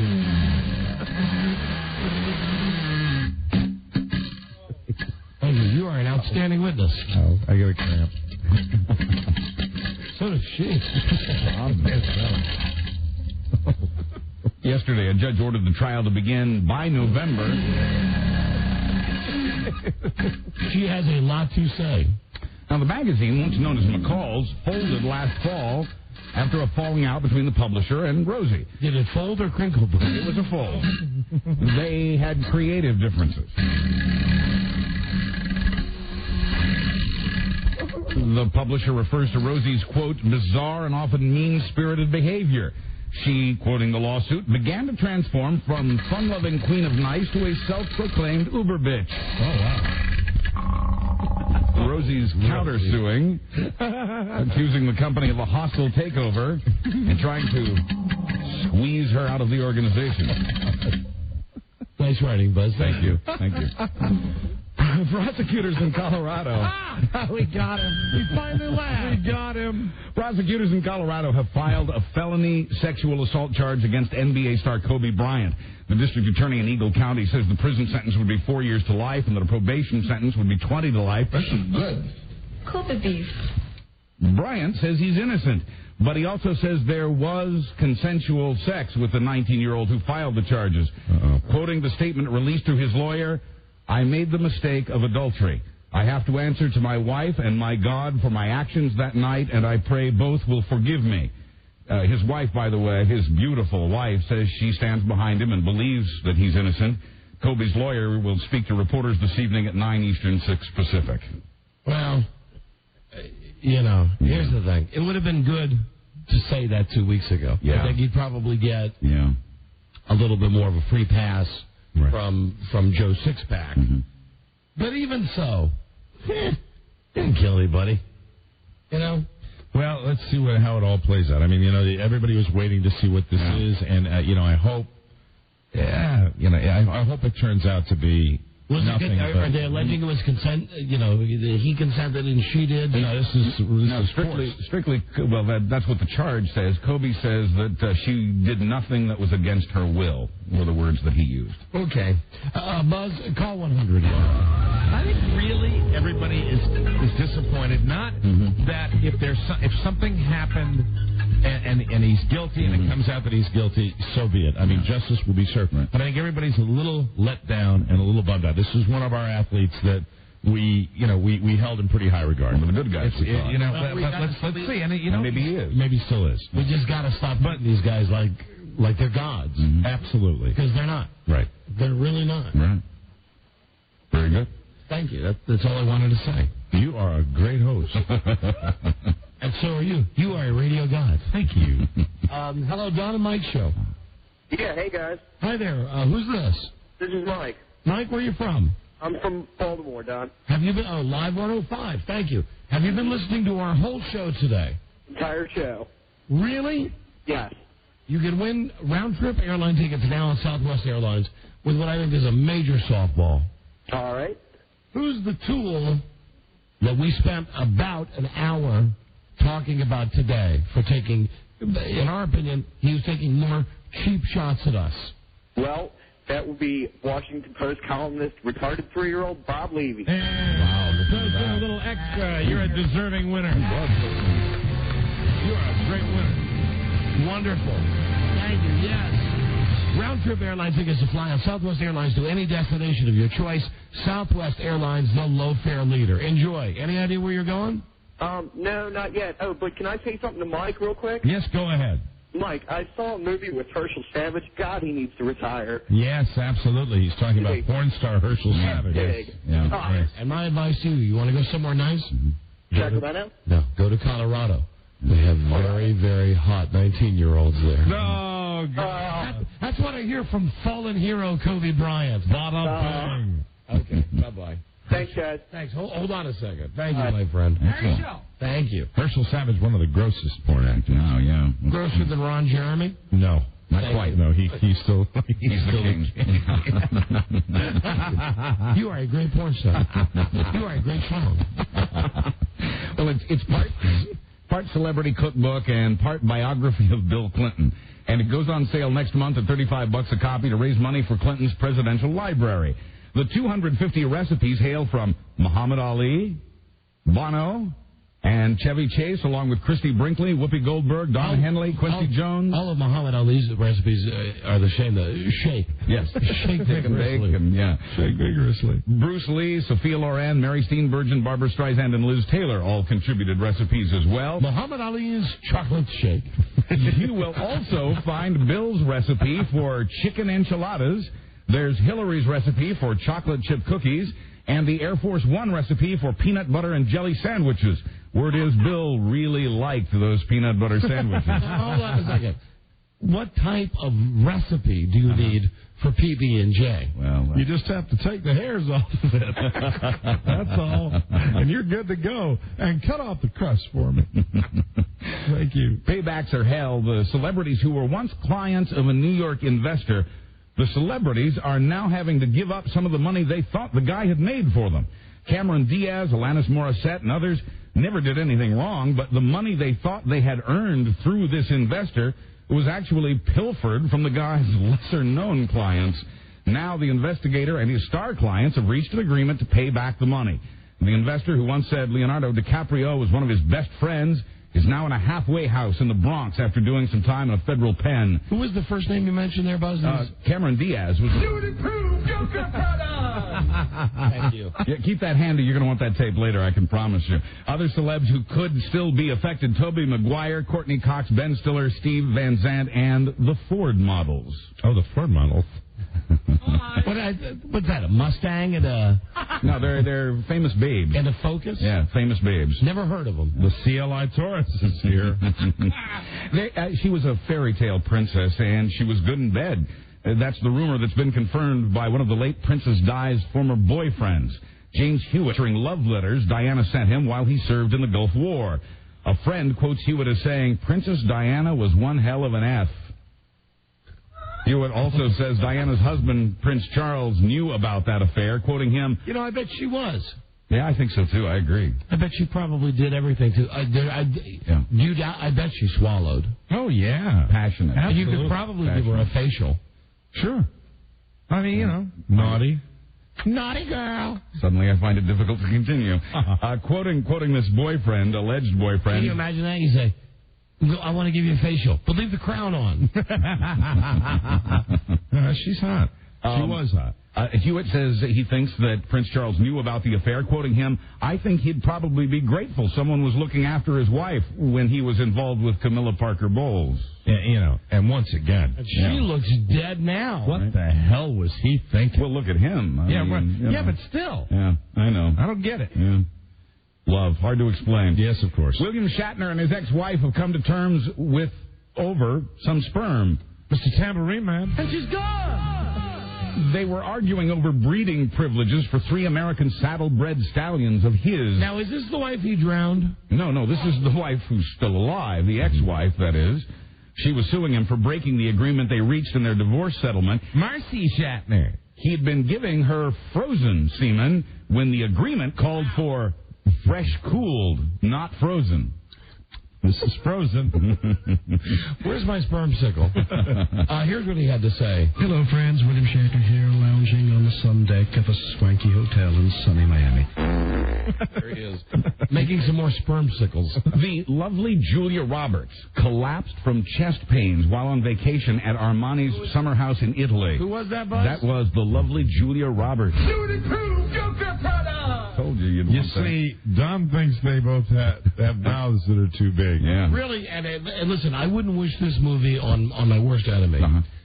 But if you really want to see that mouth, watch the last 15 minutes of the movie American Sweethearts, or America's Sweethearts, with John Cusack and Billy Crystal and Catherine Zeta-Jones.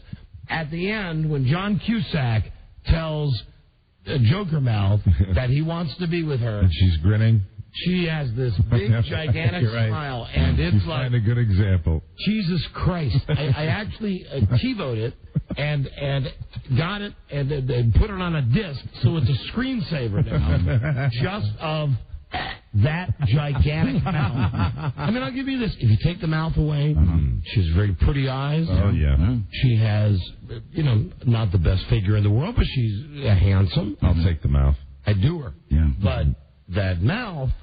Jesus. Again, remember, America's Sweethearts. That's right. Last 15 minutes, right after Catherine Zeta-Jones and John Cusack break up, when John Cusack says, I love you, and then she says, if this is a line from one of your movies, freeze it right there. I know the movie you're talking about. Where she's doing it. That's the super turbo grin. Yep. I know, and it's phony looking.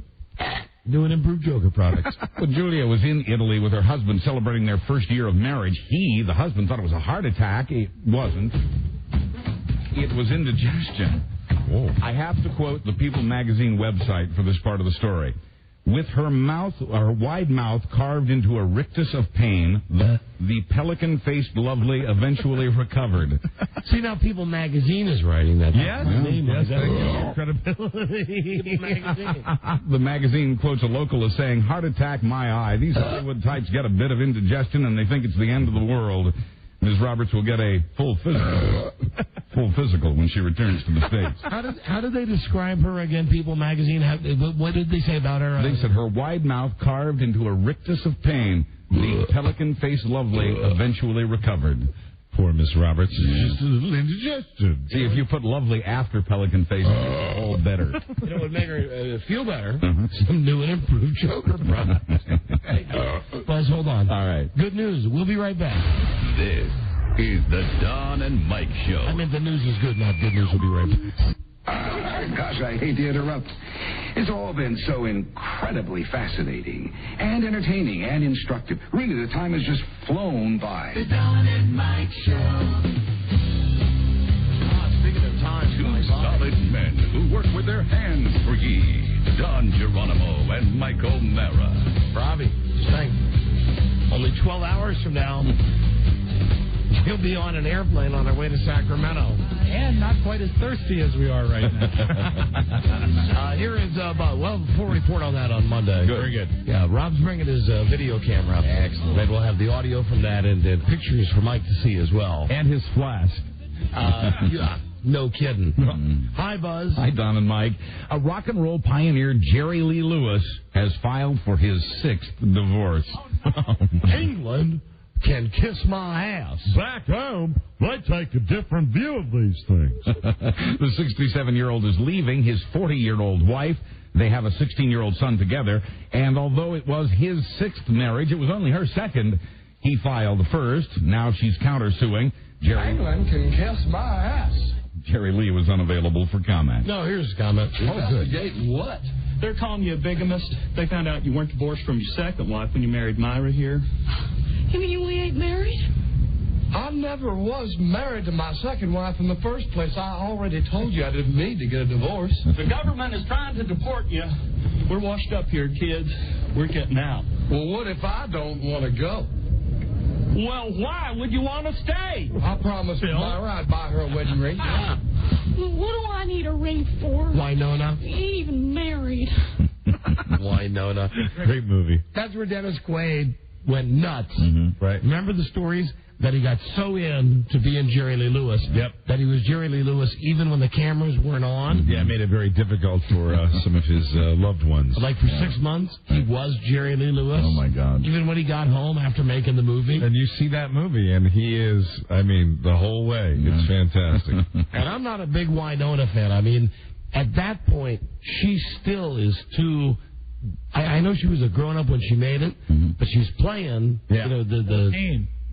how old? Like Myra Lee was 14. Myra Lee, 14-year-old. Yeah. The thing, if you watch that movie, and if you really just watch his The eyes, movie is Great Balls of Fire. Right. Great movie. Dennis Quaid's eyes, he has the eyes of an idiot in that movie that he doesn't have in regular. So it's very good to watch. His brother Randy has that all the time. I just think he's constantly in character. It's sad to say now, his more successful brother, Yeah, that is Randy. sad. Randy Quaid. Randy Quaid has passed the great Dennis Quaid. What's up with that? Good looks, that's what's up with that. I think the Satan Man is what's up with that.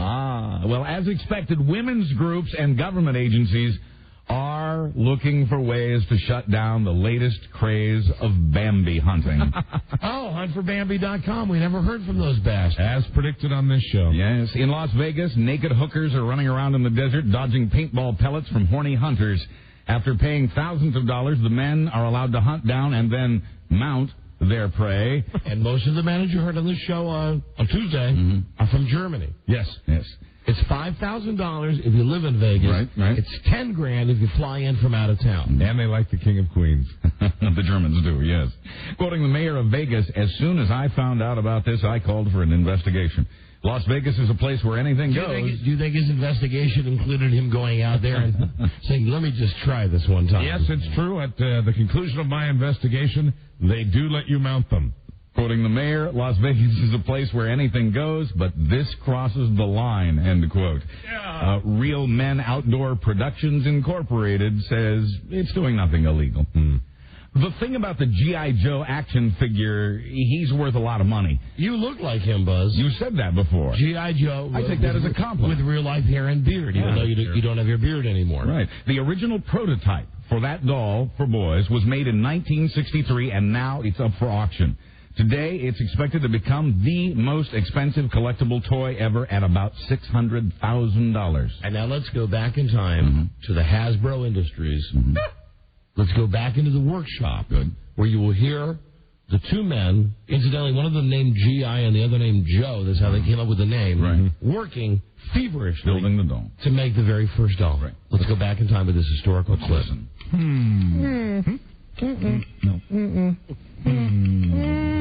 Now they're going to figure out you pull the string to make him talk. Yeah. There they are. Hasbro. And now, here's what happened when they pulled the string. Remember, you used to pull the string, and he would say, we must attack on the hill. And after a while, on the beaches. And after a while, after you pulled the string a few times, it would be like, toward the hill. Anyway, that's what happened. Hasbro.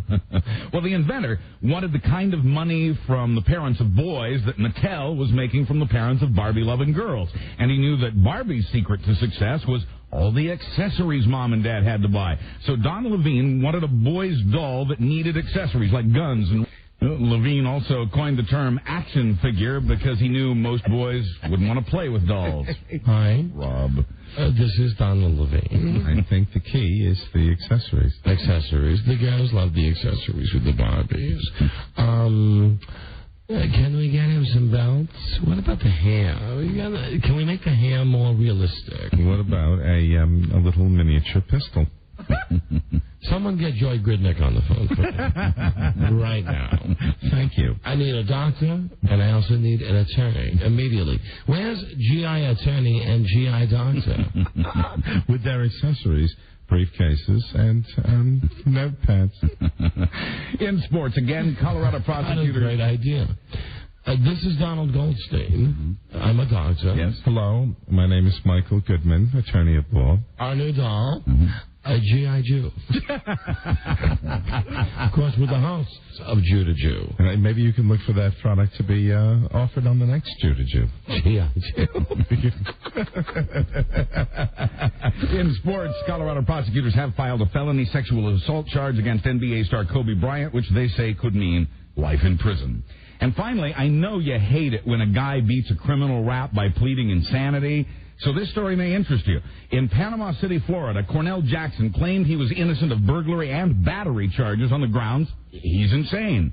After just a half hour of deliberations, the jury, however, found him guilty. Is he insane or is his prices insane? Are his prices insane? He tried to say that he was insane, but the jury apparently didn't buy the insanity argument that consisted of him pulling down his pants in the courtroom, mooning the jury, and shouting, "Cuckoo, cuckoo!" I'm Buzz Burbank on the Don and Mike Show. Thank you, Bobby. No! Don't go. Mike, we have to go. Don't go. And just in case that plane crashes, you remember. I'll do a fitting tribute. You remember that we died going to Sacramento with a broken hand. Yes. And died with a broken hand going to Sacramento because you wouldn't go. Well, we had a bet. I know, but still. I'd be going, anyway. But still, you could have said at some point, yeah. Well, a bet's a bet, but you're a buddy. I can't let you go all the way out there to Sacramento alone. Done. Really? The bet's, I forgive the bet. No. The bet's on. We have all those people counting on us. Oh, that's right. So you'll be joining us? Oh, no. No, okay. No. Anyway, we're up to Sacramento. Mike's got his gig this weekend, which is at Ned Devine's in Herndon. We will see you Monday. Godspeed. Yes. Have a good one. Don't hurt yourselves. Love you, Frida. Love you, Bart. Good day to you, sir. Good day to you, sir. Good day to you, sir. To you, sir. God. I know. Damn. Reality. God. All right, Rusty, are you ready? We're leaving on a jet plane. Don't know when I'll be back again. Okay.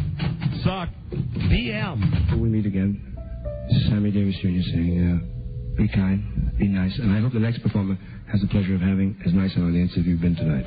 And let me leave you swinging.